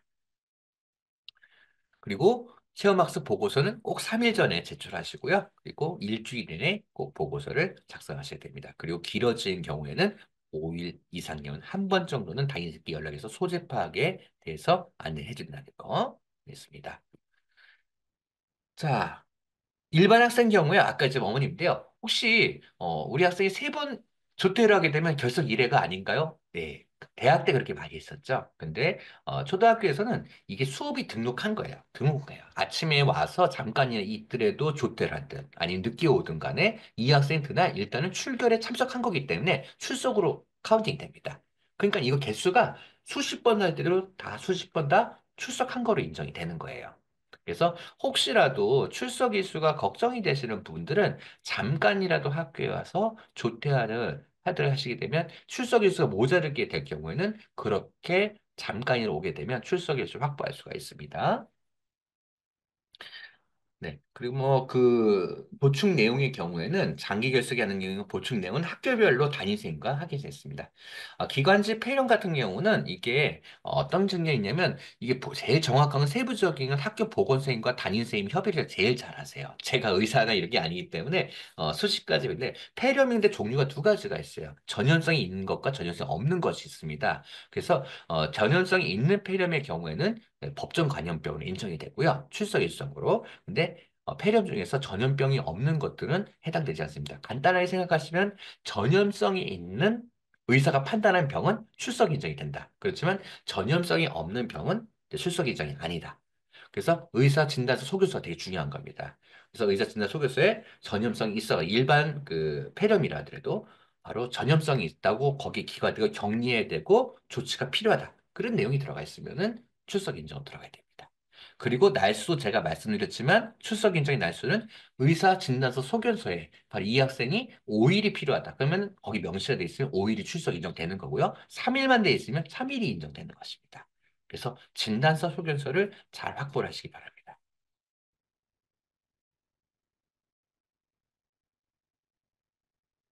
네, 너무 아프면 병가 내시면 돼요. 네, 병결하시면 됩니다. 네, 감기 인정 안 됩니다.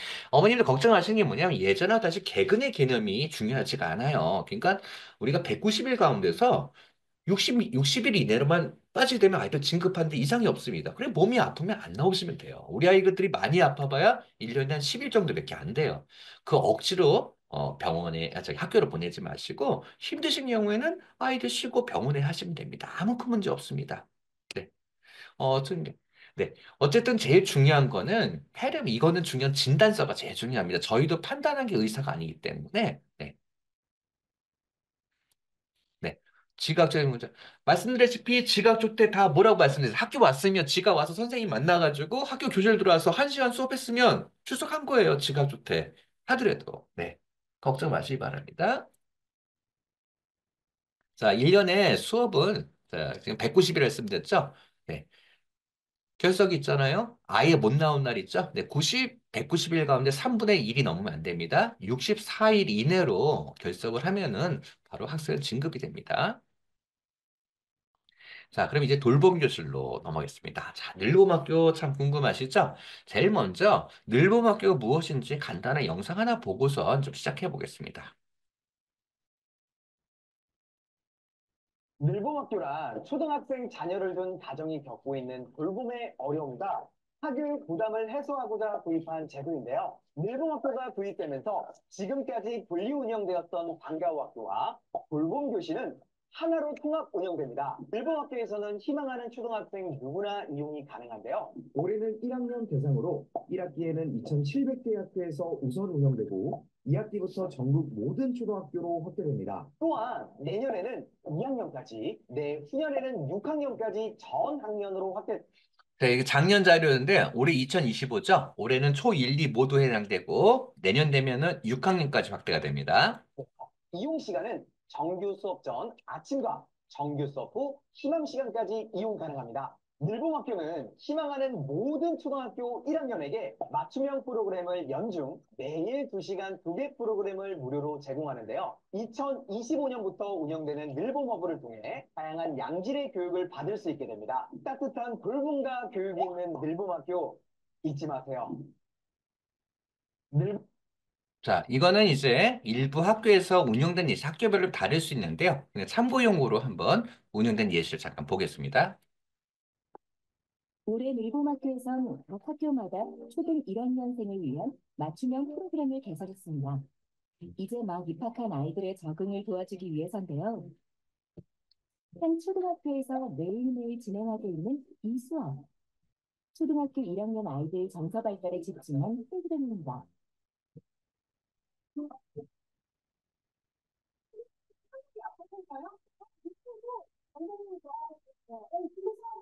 조금 서툴러도 잘 못해도 아이들에게는 꽤 의미 있는 시간입니다. 이 아동기의 정서적 특징은 불안감과 공포를 느낀다는 게 가장 큰 특징이거든요. 어, 아이들이 갑자기 바뀐 이 환경을 잘 적응할 수 있도록 여러 가지 놀이를 통해서 좌절감을 극복하고 즐거움을 얻으면 정서적인 안정을 느낄 수 있습니다. 네. 학교마다 다르실 텐데요. 먼저 이걸 보여드린 이유는 우리 부모님들께서 늘봄학교에 대해서 굉장히 저희들도 처음에 어렸습니다. 저희들도 교사들도 이 부분을 받아들이는 데 굉장히 헷갈리고 어려웠는데 부모님들 이 부분이 어려워서 먼저 간단히 영상을 보고선 시작하는 게 도움이 되기 때문에 보여드렸습니다. 늘봄학교라는 것은 바로 우리 돌봄하고 좀 헷갈리죠. 명칭이 저희들도 헷갈렸어요. 바로 늘봄 프로그램은 늘봄학교 정식 명칭입니다. 기존에 있던 우리 방과후 학교 돌봄 교수를 포괄하고요. 바로 기존에 있던 거에서 플러스 알파로 맞춤형 프로그램을 제공을 하는 것이 이 포괄하는 것을 늘봄학교입니다. 기존의 방과후 돌봄 교수 사라진 것이 아니라 있습니다. 근데 이 부분들이 채우지 못하는 부족한 공간을 갖다가 메꿔주는 것이 바로 넣어준 것이 바로 늘봄학교가 되겠습니다. 자, 이 늘봄학교에서 이제 아셔야 될 건 뭐냐? 어떤 차이가 있는지 좀 볼게요. 이거 먼저 보는 게 더 빠를 것 같습니다. 네, 차이점이 있어요. 기존 방과후 돌봄은 선정이 돼야 돼요. 무조건 되는 게 아니라 방과후 학교도 신청 인원이 많으면 내가 원하는 수강을 못 듣고요. 그리고 돌봄 교실 역시도 경쟁이 많게 되면은 못 참여하게 됩니다. 그러다 보니까 공백이 생겼어요. 방과후 돌봄을 갖다가 또 어떤 경우에는 방과후 수업이 되지 못하니까 중간에 비는 시간이 생기는 등등 여러 가지로 문제가 생겨가지고 이 부분을 갖다 메꿔주는 것이 여기 보시는 맞춤형 프로그램이 이제 추가된 겁니다. 이건 그대로 있어요. 얘네들이 메꿔주지 못하는 부분입니다. 즉, 이 프로그램은 1, 2학년 모두가 바로 희망하는 사람이 모두 다 신청하고 참여할 수 있는 것입니다. 그리고 무료로 제공이 돼요. 이 밑에는 돌봄 교실과 방과후는 방과후는 무조건 개인 부담이고 그리고 돌봄 교실도 역시 간식비라든지 이런 거는 부담이 있습니다. 반면에 이 맞춤형 프로그램인 이 프로그램은 다 누구에게나 무료로 제공이 됩니다. 자, 요거는 다 계속 자세히 설명해 드릴게요. 차이점 이해되시겠죠? 그대로 있는 것이 이제 기존의 프로그램이 비어 있는 부분, 그런 것을 메꿔주는 것으로 되어 있어요. 자, 그럼 하나씩 보여드리겠습니다. 자, 시간표 좀 볼게요. 예를 들어가지고, 우리 학생들이 신규 방식이 선택 방식이가 있어요. 예를 들어가지고, 맞춤형 프로그램을 2시간 하겠다. 그 다음에 방과후라고 저녁 돌봄하겠다. 그렇게 할 수도 있고요. 나는 맞춤 프로그램 안 하고 방과후 활동 쭉 하고 저녁 돌봄만 할래. 이럴 수도 있고요. 그다음 나 오후 돌봄만 쭉 할래. 이럴 수도 있고 방과 후 활동하고 요 중간에 쉬는 가야들 돌봄하겠다. 할 수 있습니다. 근데 어떤 분이 얘기하세요. 방과하고 맞춤을 동시에 할 수 없느냐? 어렵습니다. 왜 그럴까요? 이 맞춤형 프로그램은 2시간 동안 이어지는데요. 이 다음에 이 학생이 방과 활동을 먼저 해버리면 이 맞춤형 프로그램이 이미 끝나 있어요. 그렇죠. 이 학생이 앞부분에 방과 활동 들어버리면 뒤에 맞춤형 프로그램은 15시 이후에는 없어요. 그러니까 두 가지가 하기 어려운 겁니다. 그래서 어머님들께서 만약에 난 방과후도 하고 싶고 맞춤형도 하고 싶으면 맞춤형을 먼저 하고 방과후 타임을 뒤로 잡으셔야 돼요. 그러면 이제 방과후 맞춤이 되는 거죠. 그렇지만 방과후 활동하고 맞춤형 시간대 겹치는 시간대 두 가지를 동시에 할 수가 없기 때문에 어머님들이 시간 선택하실 때 잘 보시고 선택하셔야 됩니다. 그렇지만 방과후고 맞춤은 서로 겹쳐요. 그렇지만 돌봄은 안 겹치기 때문에 맞춤형 프로그램 끝나고 돌봄 끝나고 뒤에 가도 돼요. 그리고 방과 활동 먼저 하고 오후 돌봄 참여해도 됩니다. 그렇지만 겹치는 부분은 무료로 제공하는 프로그램과 방과 후 앞 시간은 됐습니다. 맞춤형 프로그램이 바로 고정되어 있어요. 그리고 요 맞춤형 프로그램은 방과 활동 놓고 1년 내내 중간에 잠깐 쉬는 시간 빼놓고는 모두 다 방학 때도 운영이 됩니다. 자, 그래서 요 부분이 제일 많이 헷갈리신데요. 여기 이거 이해만 잘하시면 쉽게 이해가 되시고 다시 한번 말씀드리자면 기존의 방과 후 수업을 갖다가 수업 끝나자마자 신청을 하시게 되면 얘랑 시간이 겹치기 때문에 바로 못 들으시게 되는 거예요. 그렇기 때문에 어머님들께서 나는 고정적으로 월화수목금 맞춤형 프로그램 듣고 방과 후를 하고 싶다. 그러시면 맞춤형 프로그램을 하시고 방과 후 프로그램들은 그 이후 시간대를 잡으시게 되면은 바로 두 가지를 모두 하실 수 있겠습니다. 그래서 시간표들을 잘 보시면 됩니다.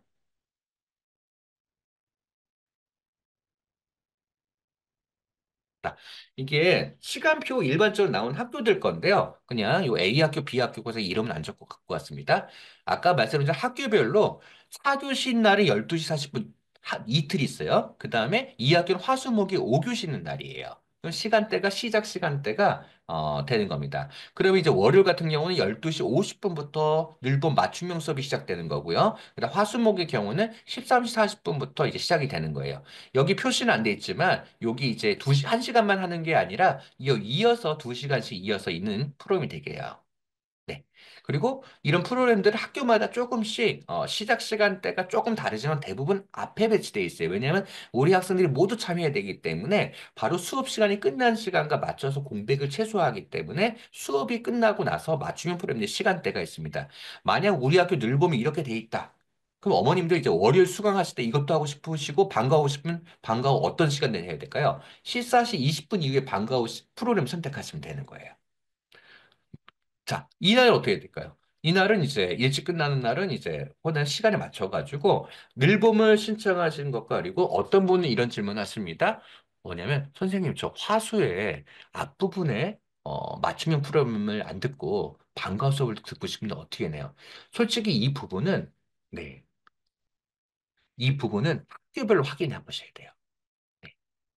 이 학교를 갖다가 확인해 보셔야 되는데, 이 확인을 꼭 해보셔야 됩니다. 왜냐면 지금 어떤 부분이 이제 돌봄 신청에 맞추면 할 수 없다는데 이러면 이렇게 하는 학교도 있고요. 할 수 있는 학교도 있고 저마다 조금씩 다릅니다. 그래서 이 부분은 학교에 바로 이 정확한 정보는 학교의 담당자하고 통하시는 게 제일 정확합니다. 왜냐하면 학교마다 운영하는 프로그램도 달라고요. 학교의 스타일에 따라서 누구 신청했죠. 어떤 경우에는 몇 번 빠지면 다음에 참석 못하다든지 이렇게 제한을 두는 학교들도 있어요.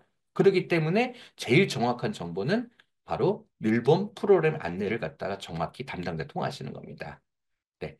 자, 늘본 시장 돌봄 과정 늘본 시장 못하는 도시 이용 방과 시장가요. 이것도 역시 시간표하고는 지금 아직 안 나온 게 뭘까요? 학교 방과 후 일정 아직 안 나왔을 겁니다. 안 나왔을 거예요. 그리고 두 번째, 늘봄도 역시 프로그램 지금 수업해서 아직 구체적인 계획들이 아직 안 나간 학교이 대다수일 겁니다. 그래서 어머님들이 지금 우리의 일정이라든 이런 걸 신청하실 때 제일 먼저 염두하실 거는 학교별로 이걸 신청할 수 있고 제한할 수 있는 것이 저마다 조금씩 다 다릅니다. 그래서 현재 본인의 상황, 우리 아이가 이렇게 등교하고 이런 부분 참여할 수 있는데 이게 가능하겠냐 이런 부분들에 대해서 했고요. 중요한 거는 어머님들 지난번에 이거 신청서 한번 하시지 않았나요? 저희 집담은 예비 소집 때 요거 신청하신 걸로 기억하고 있는데 학교별로 신청 받으신 걸로 맞춤형만 신청하실지 맞춤형 방과후를 하실지 맞춤형 돌봄으로 하실지 네. 요 아마 요 부분을 갖다가 신청을 갖다가 아마 이 부분을 받으셨을 겁니다. 그래서 이 부분들에 대해서 신청하신 거에 따라서 지금 학교에서는 이 프로그램과 반이 편성되고 있어요. 이 반이 편성하는 거는 인원수에 따라서 반이 편성이 됩니다. 그래가지고 인원수가 적은 경우에 1, 2학년 합반이 될 수 있고요. 인원수가 많은 경우에 1, 2학년 분리가 될 수 있고 이렇기 때문에 지금 아마 학교별로 학급 규모라든지 프로필 이런 것들이 짜지고 있을 겁니다. 그래서 어머님들께서 현재 뭐 신청이 아직 안 했다. 그럼 한번 담당자하고 통화를 하셔가지고 지금 내가 그때 신청을 깜빡하고 못했는데 지금 신청할 수 있느냐 하게 되면 구체적으로 내가 하루에 이렇게 방과 후도 중간에 하는데 가능하냐 이런 부분들을 케이스 바이 케이스이기 때문에 누군 되고 누군 안 되고 말씀드리기 어려워요. 네. 학교마다 중간에 한 달에 몇 번 정도 이렇게 빠지는 거는 허용해 준다. 이런 학교도 있고 어떤 학교는 아예 그걸 차단하는 학교도 있고 세상이 이 부분이 조금씩 미세하게 차이가 있습니다. 그래서 이런 부분들은 학교에 연락을 하셔가지고 본인이 계획하고 계시는 학생의 일정과 그리고 방과 수업 형태 이런 것들을 고민하셔가지고 신청하시면 될 것 같습니다. 네, 방학 중에도 늘봄학교가 운영이 됩니다. 네, 운영이 되고요. 그리고 방과 후 학교 돌봄교실도 방학 때 다 운영이 됩니다. 그리고 차이점은 방과 후 프로그램은 개인 부담이고 두 번째 강좌를 신청해야 된다는 거. 그리고 수강 신청이 안 될 수도 있고 폐강이 될 수 있다는 겁니다. 그렇지만 초일 맞춤형 프로그램들은 월화수목금 매일 2시간씩 학교 끝나고서 제공되는 겁니다.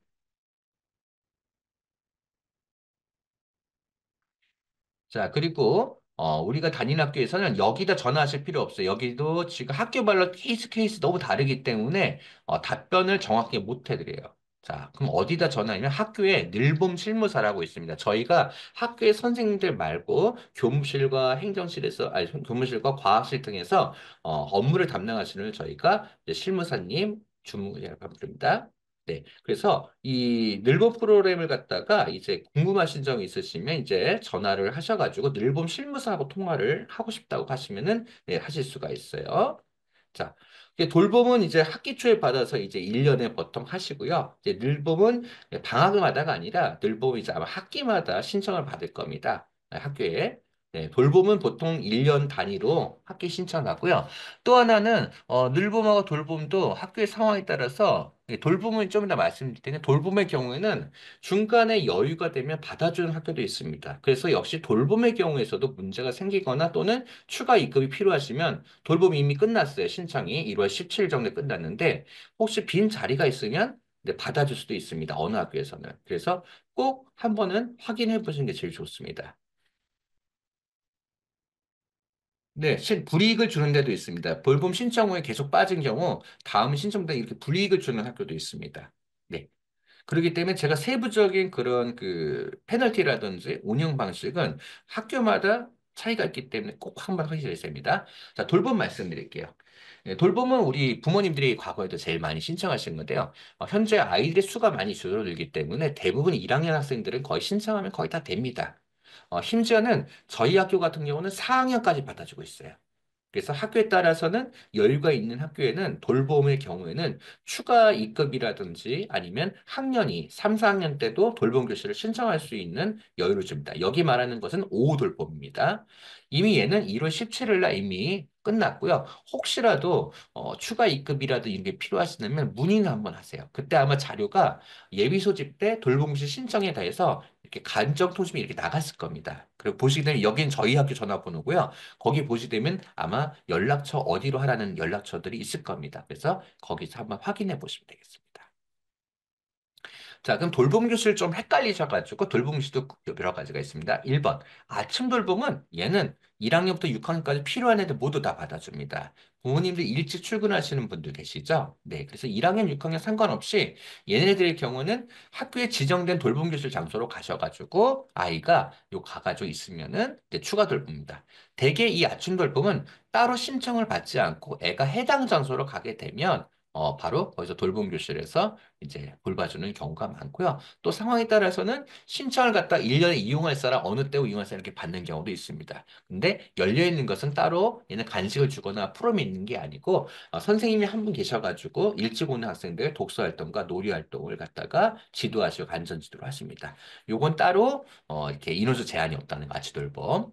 이제 아까 말씀드린 건 오후 돌봄입니다. 네, 맞벌이 한부모 가정이 필요한 학생들 대상은 1, 2학년이 기준이지만 여유가 있는 경우에는 4학년까지도 받는 경우가 있습니다. 예, 방과학교용 뭐냐? 방과학교 중간중간 빈틈이 있죠. 네, 그 빈틈에 학생들이 머무를 공간이 없을 때 그런 머무를 공간을 마련해서 3, 6학년 대상으로 오는 의무 것이 아니라 있는 학교도 있고 없는 학교도 있습니다. 자, 운영 시간은 오후 돌봄 보통 7시까지, 아침 돌봄은 이제 등교 시간까지 이렇게 운영이 됩니다. 네, 돌봄교실 프로그램들은 좀 구별하실 게 있어요. 이 돌봄교실은 이용해 보신 분은 알겠지만 이게 아이가 있는 동안 이게 우리가 방과후 프로젝트를 어떤 지도 활동이나 프로그램 활동이 누가 지도해 주는 건 아니에요. 내내. 물론 이렇게 선생님이 지도를 해주는 이게 방과후 수업처럼 해주는 시간도 있지만 대다수의 시간들은 아이들이 대부분 이렇게 독서 활동 개인적으로 하거나 또 이와 같이 놀이 활동을 해서 중간중간 선생님이 숙제라든지 또는 여러 가지 활동을 가끔씩 봐주시지만 개인 활동 위주로 많이 이루어집니다. 그렇기 때문에 부모님들께서는 이 부분이 조금 안타까우실 거예요. 왜냐하면 우리 아이가 좀 방치되고 있는 건 아닐까. 물론 선생님도 애써 주시지만 선생님께서 이 많은 애들을 다 하나하나 다 지도를 할 수 없기 때문에 공동 프로그램이 있긴 하지만 대다수의 시간들은 우리 학생들이 개인적인 활동하는 시간들이 많이 있습니다. 자, 그러면 이제 맞춤이 아까 프로그램은 무엇이냐? 우리 방과후 수업을 이제 먼저 말씀드릴게요. 방과후 학교는 많이 들어보셨을 겁니다. 이 방과후 학교는 이제 우리 학생들이 3개월이나 4개월에서 4분기로 보통 운영이 됩니다. 얘는 철저하게 뭐냐면 저희가 인원수를 신청을 해서 인원수가 모집이 충족하면 운영이 되고 인원수가 모자랄 경우는 폐강이 되고 또 인원수가 너무 많으면 추첨이나 선착순 등등 해가지고 학교에서 방식에 따라서 인원을 갖다가 하게 됩니다. 그래서 인기 있는 강좌의 경우에는 본인이 원하는 시간이나 인기 있는 강좌를 못하는 경우가 있습니다. 큰 학교에서는 경쟁이 심한 학교에서는 좀 못하는 경우도 있습니다.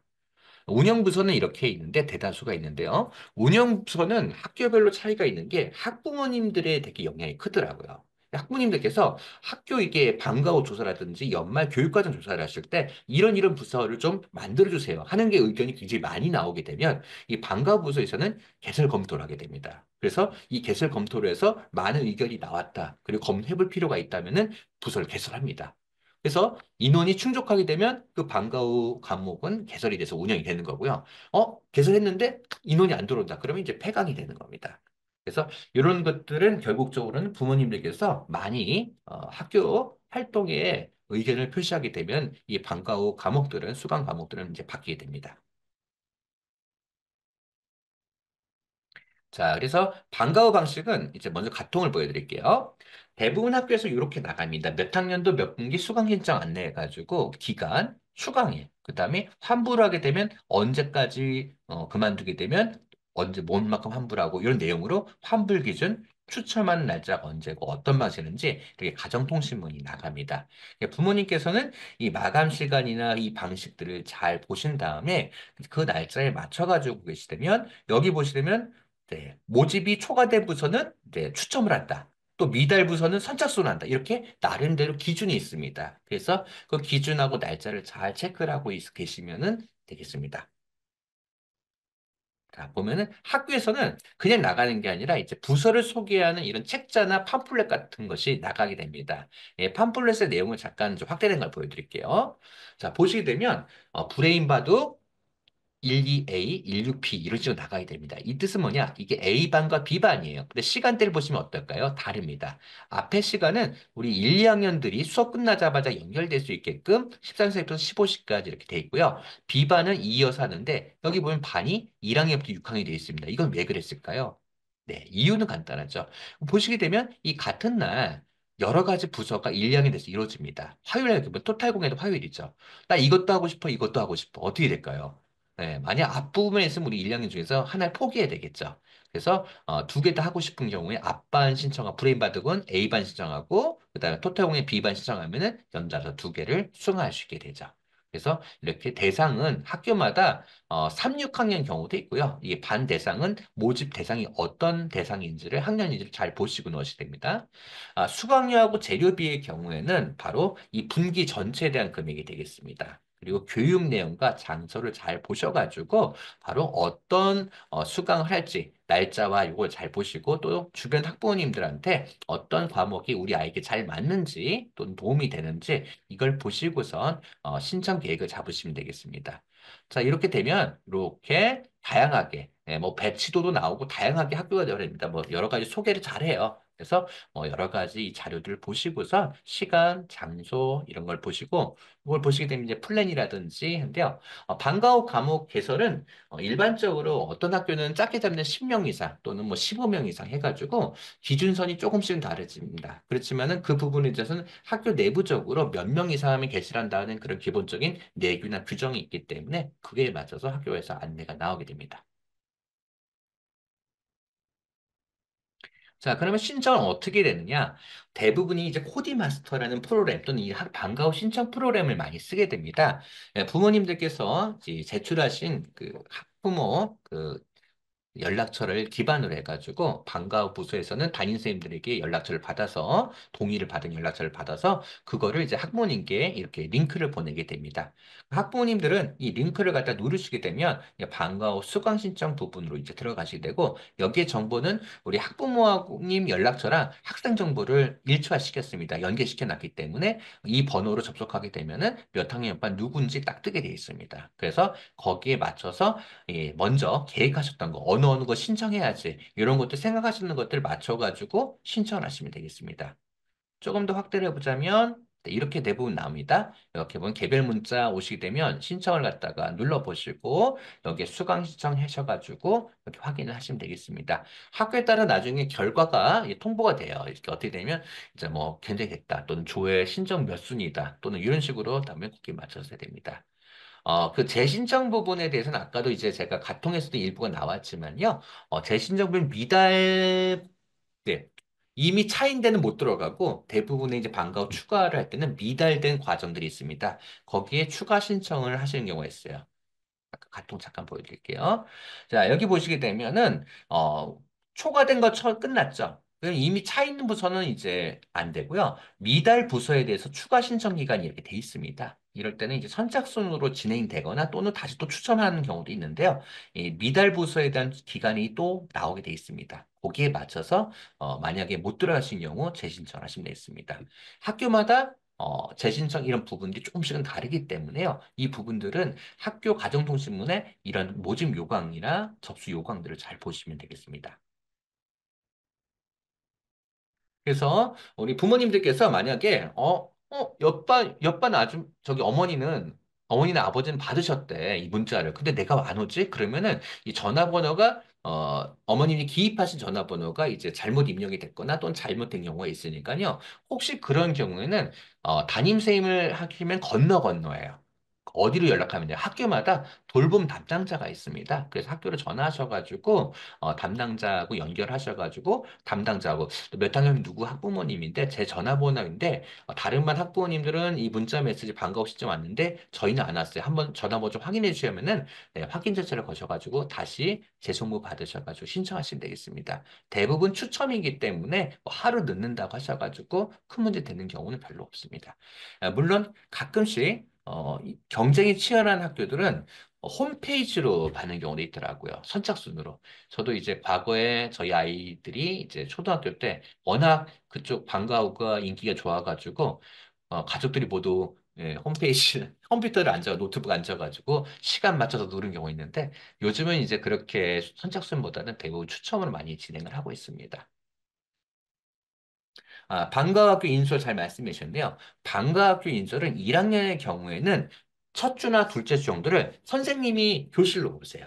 아이들이 이제 그 담임 선생님들께서 방과 후 바로 가는 학생들 바로 이렇게 다 체크를 해놓고 계세요. 그러면 이제 방과 후 선생님들이 교실마다 돌아다니시면서 이 학생들을 인솔하는 경우가 대다수입니다. 아이들이 처음에 일주는 어디가 어딘지 잘 모르니까요. 그래서 이 방과 후 첫 시간 인솔하는 거, 1학년 인솔하는 건 매번 아니지만 아이들이 적응하는 1, 2주 정도는 바로 선생님들이 인솔을 해준다는 거 걱정 안 하셔도 될 것 같습니다. 자, 그리고 대다수 학교들이 이알림인데 이알림을 안 쓰는 학교들도 일부 있습니다. 네, 있죠. 당연히 있죠. 그리고 클래스팅이라든지 다른 거 쓰는 학교 있는데요. 요즘에 이알림이들 많이 쓰셔가지고 이알림을 기준으로 말씀드리겠습니다. 대부분 또 이알림하고 클래스팅 뭐 등등해서 기능들이 많이 비슷해요. 그렇기 때문에 이알림을 기준으로 간단하게 좀 설명해 드릴게요. 아마 학교별로 이번에 예비 소집 때 시스템을 갖다가 어떤 것을 가입할지 아마 안내가 나갔을 겁니다.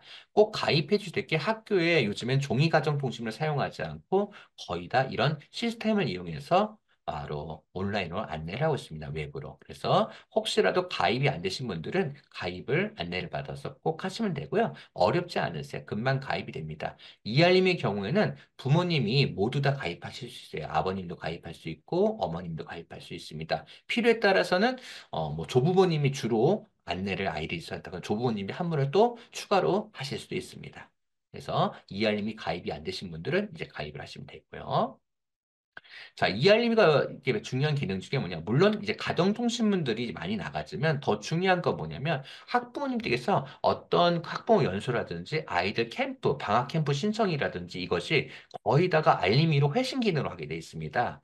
그래서 너무 바쁘셔서 알림이를 놓치신 경우가 많거든요. 저희도 알림이를 보내게 되면 수신율이 30%에서 40%밖에 안 돼요. 그래서 좋은 정보는 그분들이 다 알고선 신청도 대부분 그분들이 하세요. 근데 나머지 부분들은 이제 이걸 못 보셨으니까 회신을 안 하시다 보니까 신청이 안 되는 겁니다. 그래서 부모님들께서 가끔씩은 일주일에 한 번 정도 바쁘실 때를 잠깐씩 확인해 주시면은 아이들에게 좋은 프로그램, 방학 프로그램이든지 또 신청할 수 있는 내용들이 있습니다. 그런 것도 학교 주요 사항들 꼭 확인해 주시고요. 보시게 되면 회신하는 내용들도 이렇게 기능이 있어서 꼭 회신을 해 주시면은 되겠습니다. 대부분 학부모님의 의견 청취라든지 신청 이런 것들을 알림이라고요. 또 이 알림이가 또 중요한 기능 중에 이번에 추가된 것 중에 하나가 아까 보셨던 체험학습 신청서 보고 제출하는 거 어떤 학교에서는 알림이로 체험학습 신청서 보고를 온라인으로 받는 학교들도 있습니다. 그래서 알림이로 이렇게 사용하시는 학교들 중에서는 신청서 보고서를 온라인 체험학습 보고도 이렇게 알림이로 받는 경우가 있으니까 알림이 쓰시는 학교들은 꼭 가입하시면 도움이 많이 되실 겁니다. 물론 이제 클래스이나 하이 클래스 등등에서도 비슷한 기능들을 모두 보유하고 있습니다. 자, 다음은 입학준비금 얘기입니다. 아까 이제 우리 그 영상에서도 나왔지만 이제 입학준비금이 1학년 우리 학생들에게 20만 원씩 지원이 됩니다.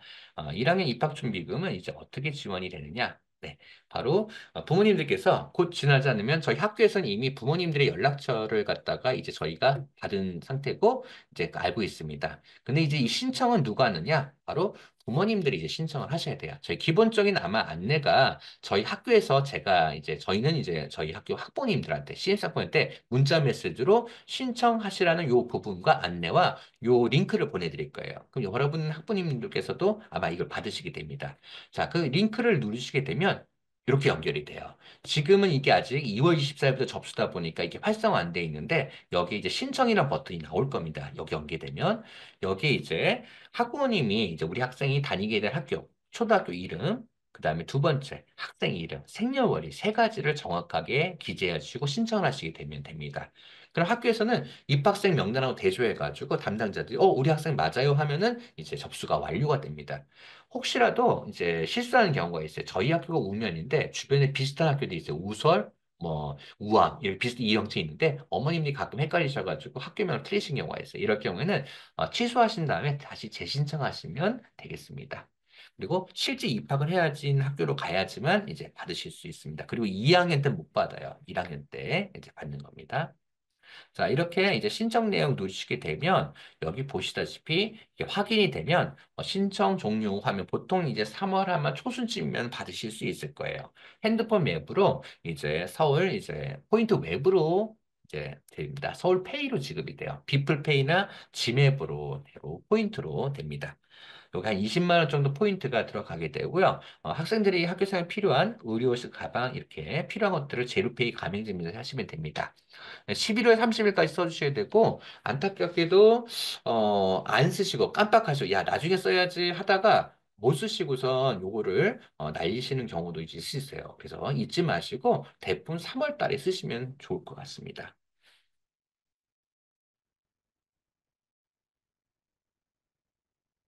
자, 이제 우리 부모님들 이제 제가 이제 중요한 준비한 것은 기본적으로 다 안내를 해드렸습니다. 제가 이제 일단 말씀드리는 것들은 이제 학교에서 일반적으로 하는 시스템들과 운영하는 방식에 대해서 말씀을 드린 거예요. 지금 오늘 제가 제일 중요한 포인트가 뭐냐면 우리 어머님들이 제일 중요한 게 뭐냐 늘봄, 돌봄, 방과후가 아마 제일 중요하실 겁니다. 늘봄, 돌봄, 방과후가 궁금하실 경우 현재는 방과후 연락해도 지금 들으시는 답변이 별로 없으실 거예요. 방과후 경우에는 입학하시고 나서 방과후 가정통침이 나왔을 때, 네. 그리고 늘봄은 지금 벌써 늘봄과 돌봄 벌써 신청 받았어요. 그래서 어머님들, 그 늘봄과 돌봄은 궁금하신 거 있을 때 내일 이제 학교가 이제 9시부터 이제 받으시면 담당자들이 나와 계세요. 그래서 9시쯤 이제 학교로 전화하시는데, 돌봄의 경우에는 이제 전화를 하셔가지고 돌봄 담당자 갖고 이제 돌봄에 가서 상의하시면 되고요. 늘봄 신청하는 관리에서 늘봄하고 신청하시면 됩니다. 다행히 이제 늘봄 실무사분들이 계셔가지고 늘봄 업무에 대해서 지원을 받을 됩니다. 저희도 늘봄, 돌봄 많이 헷갈립니다. 자, 중요한 거 잊지 마시고요. 자, 1번 출결, 병결과 관련돼서는 담임선생님과 상의를 하시고 그리고 방과후는 방과후 담당자 있습니다. 보통 방과후 코디맘이라 부릅니다. 그 다음에 돌봄 교실 선생님이 또 있으시고요. 늘봄은 늘봄 실무사님 또는 늘봄 실장님이 계십니다. 그래서 필요한 영역이 어떤 것인지 어떤 것이 상담하고 싶은지 교무실로 연락을 하셔가지고 통화를 원하시는 분야를 얘기하시면 꼭 누구라고 지목하지 않으시래도 합니다. 네, 그렇게 되시면 되고요. 담임선생과의 소통 분야는 어떤 경우에는 문자 메시지로 하는 경우가 있고요. 어떤 학교에서는 이제 전화로, 학교 전화로 학교 수업 시간 이후에 통화됐는지 소통 방법에 대한 안내도 바로 입학을 하시고 안내가 나실 겁니다.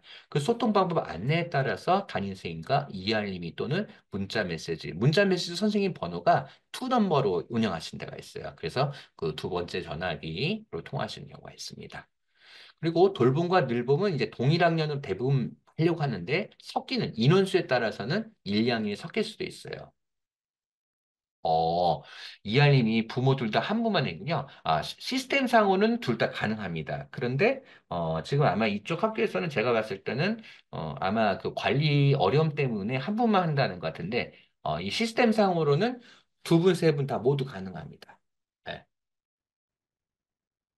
네. 그리고 3월은 늘봄만 하고 4월부터가 있나요? 요것도 제가 어떤 거냐면 요건 누구한테 질의하시면 되냐면 늘봄 분야 담당자한테 질의하셔야 됩니다.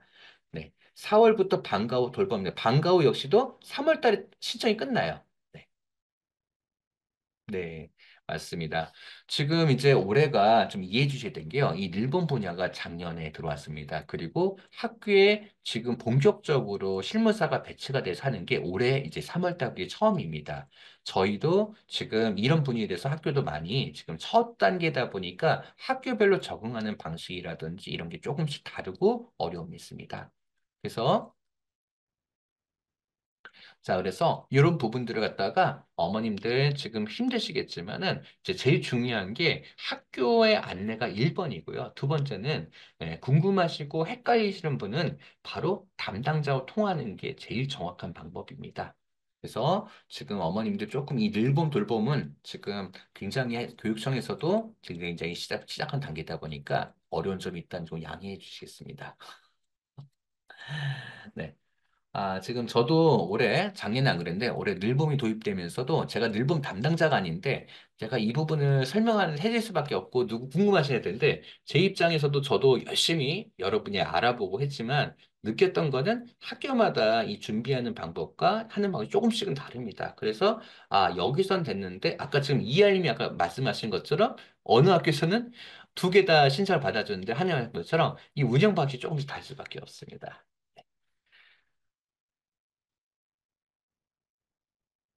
네, 돌봄 당연 늘봄 모르겠다. 당연합니다. 왜 그러신지 아세요?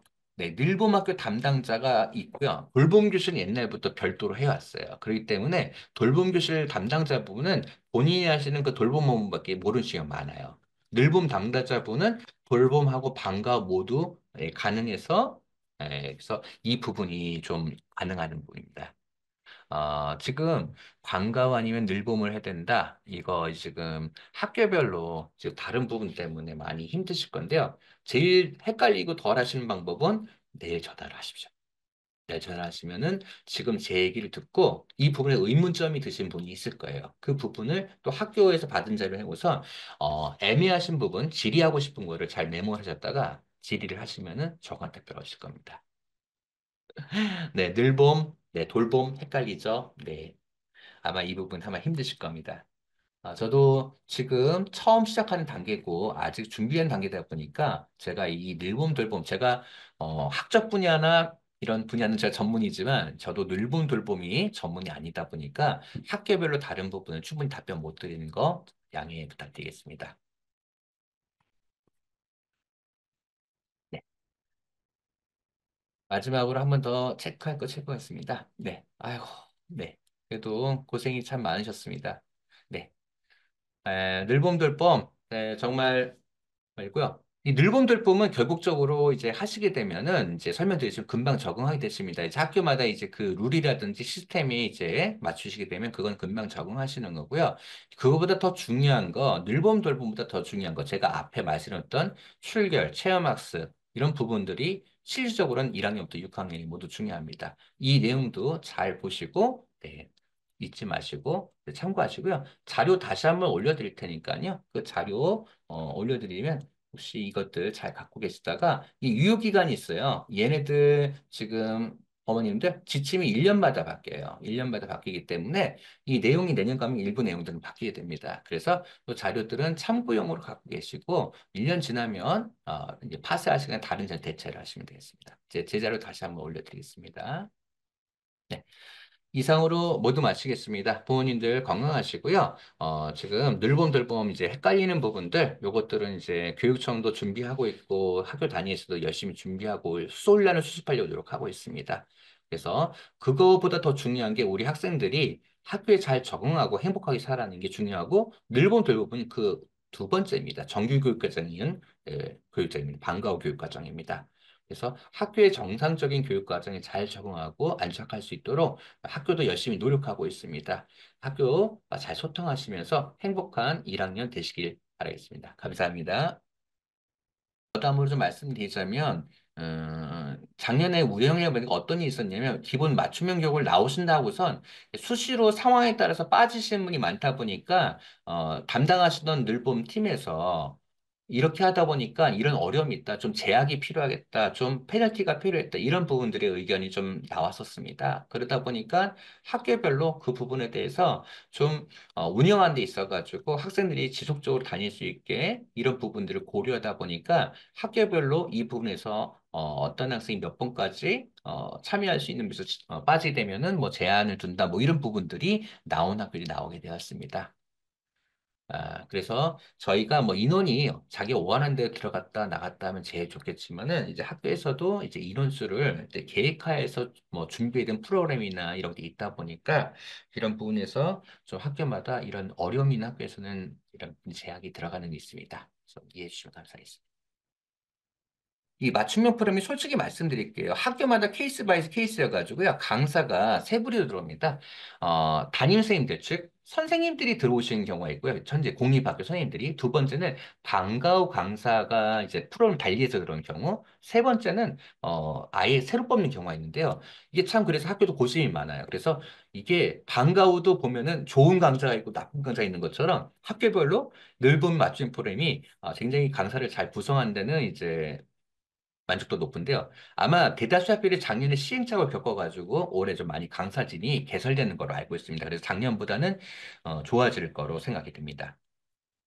예. 맞춤형 프로그램은 이제 이 부분은 맞춤형 프로그램의 경우는 이제 아마 학기 단위로 늘 분들이 많이 신청을 받는 것 같습니다. 그래서 이게 방학과 학기로 구별되는 게 방학, 학기 나눠서 하는 것이 아니라 1학기, 2학기 이렇게 또는 이렇게 학기 기간을 갖다 정해가지고 그 기간에 신청을 받는 걸로 알고 있습니다. 제가 오늘 이 늘봄 교실 매뉴얼이 오늘 나왔어요. 학교에 공문으로 오늘 왔습니다. 제가 일단 오늘 쭉 훑어보고 왔는데 대부분이 운영에 있어서 상당수가 꼭 이렇게 하라 이렇게 지침 내려온 것보다는 학교에서 자율적으로 협의하에 움직이라는 내용들이 많아서 그래서 이 내용들이 조금씩 보면 달라질 수밖에 없습니다. 네. 돌봄센터 저학년, 네. 네. 뭐 학교마다 차이가 있어서 뭐가 더 좋을 수는 있다고 말씀 못 드리고요. 3학년 때는 방과후 이건 학교마다 틀려요. 방과후가 잘 구성된 학교는 3, 4, 5, 6때도 방과후를 되게 많이 합니다. 저희 학교도 6학년 학생들 방과후 많이 참여하고 있어요. 그래서 학교별 요즘에 학생 수가 많이 줄어들었어요. 그래서 예전보다 경쟁률이 많이 줄어들었기 때문에 이 부분들을 잘 경쟁이라고 보시고 운영하시면 되겠습니다.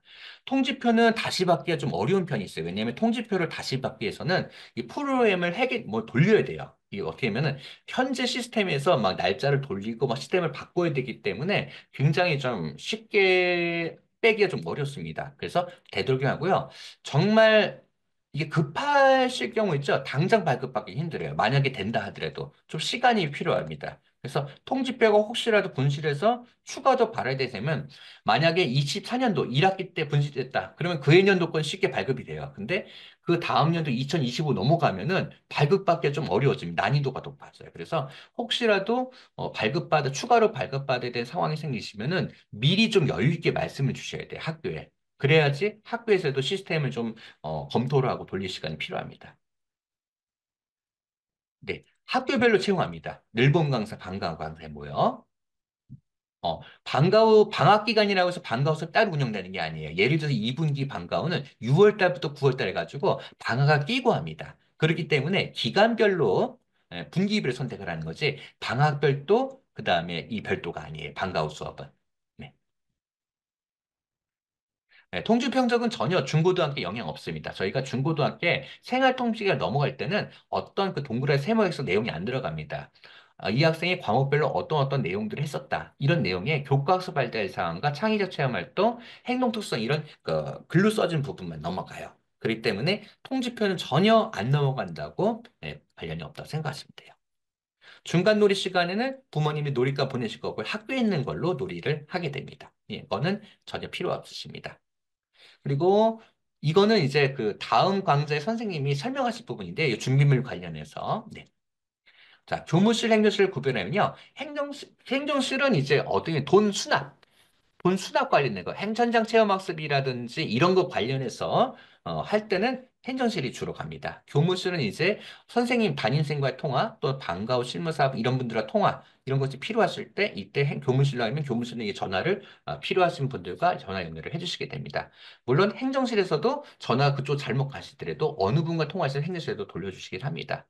대부분 행정실을 전화한 경우는 적고요. 대부분 교무실을 전화하시게 됩니다. 결석만의 중고 이파이 전혀 불이익 없습니다. 네, 다만 혹시 이제 기분 나쁘죠. 미인정 결석 같은 게 써 있으면 조금 옛날에 무단 결석 있어요, 이름이. 근데 미인정 결석 써 있으면 굉장히 좀 약간 생활 기록은 계속 가는 거니까 그러겠죠. 근데 미인정 결석은 많지 않은 게 좋을 것 같습니다. 그래서 불이익은 전혀 없습니다. 중고 입학 시에는 전혀 불이익이 없으니까 그 점은 걱정 안 하셨는데 다만 이제 이 생활 기록부는 이제 평생 남는 거다 보니 기록되어 있다 보니까 미인정 결석 같은 경우 이제 그런 것들이 오래 남아있기 때문에 그런 일수가 많게 되면 본인이 기분이 그다지 좋지 않겠죠. 네.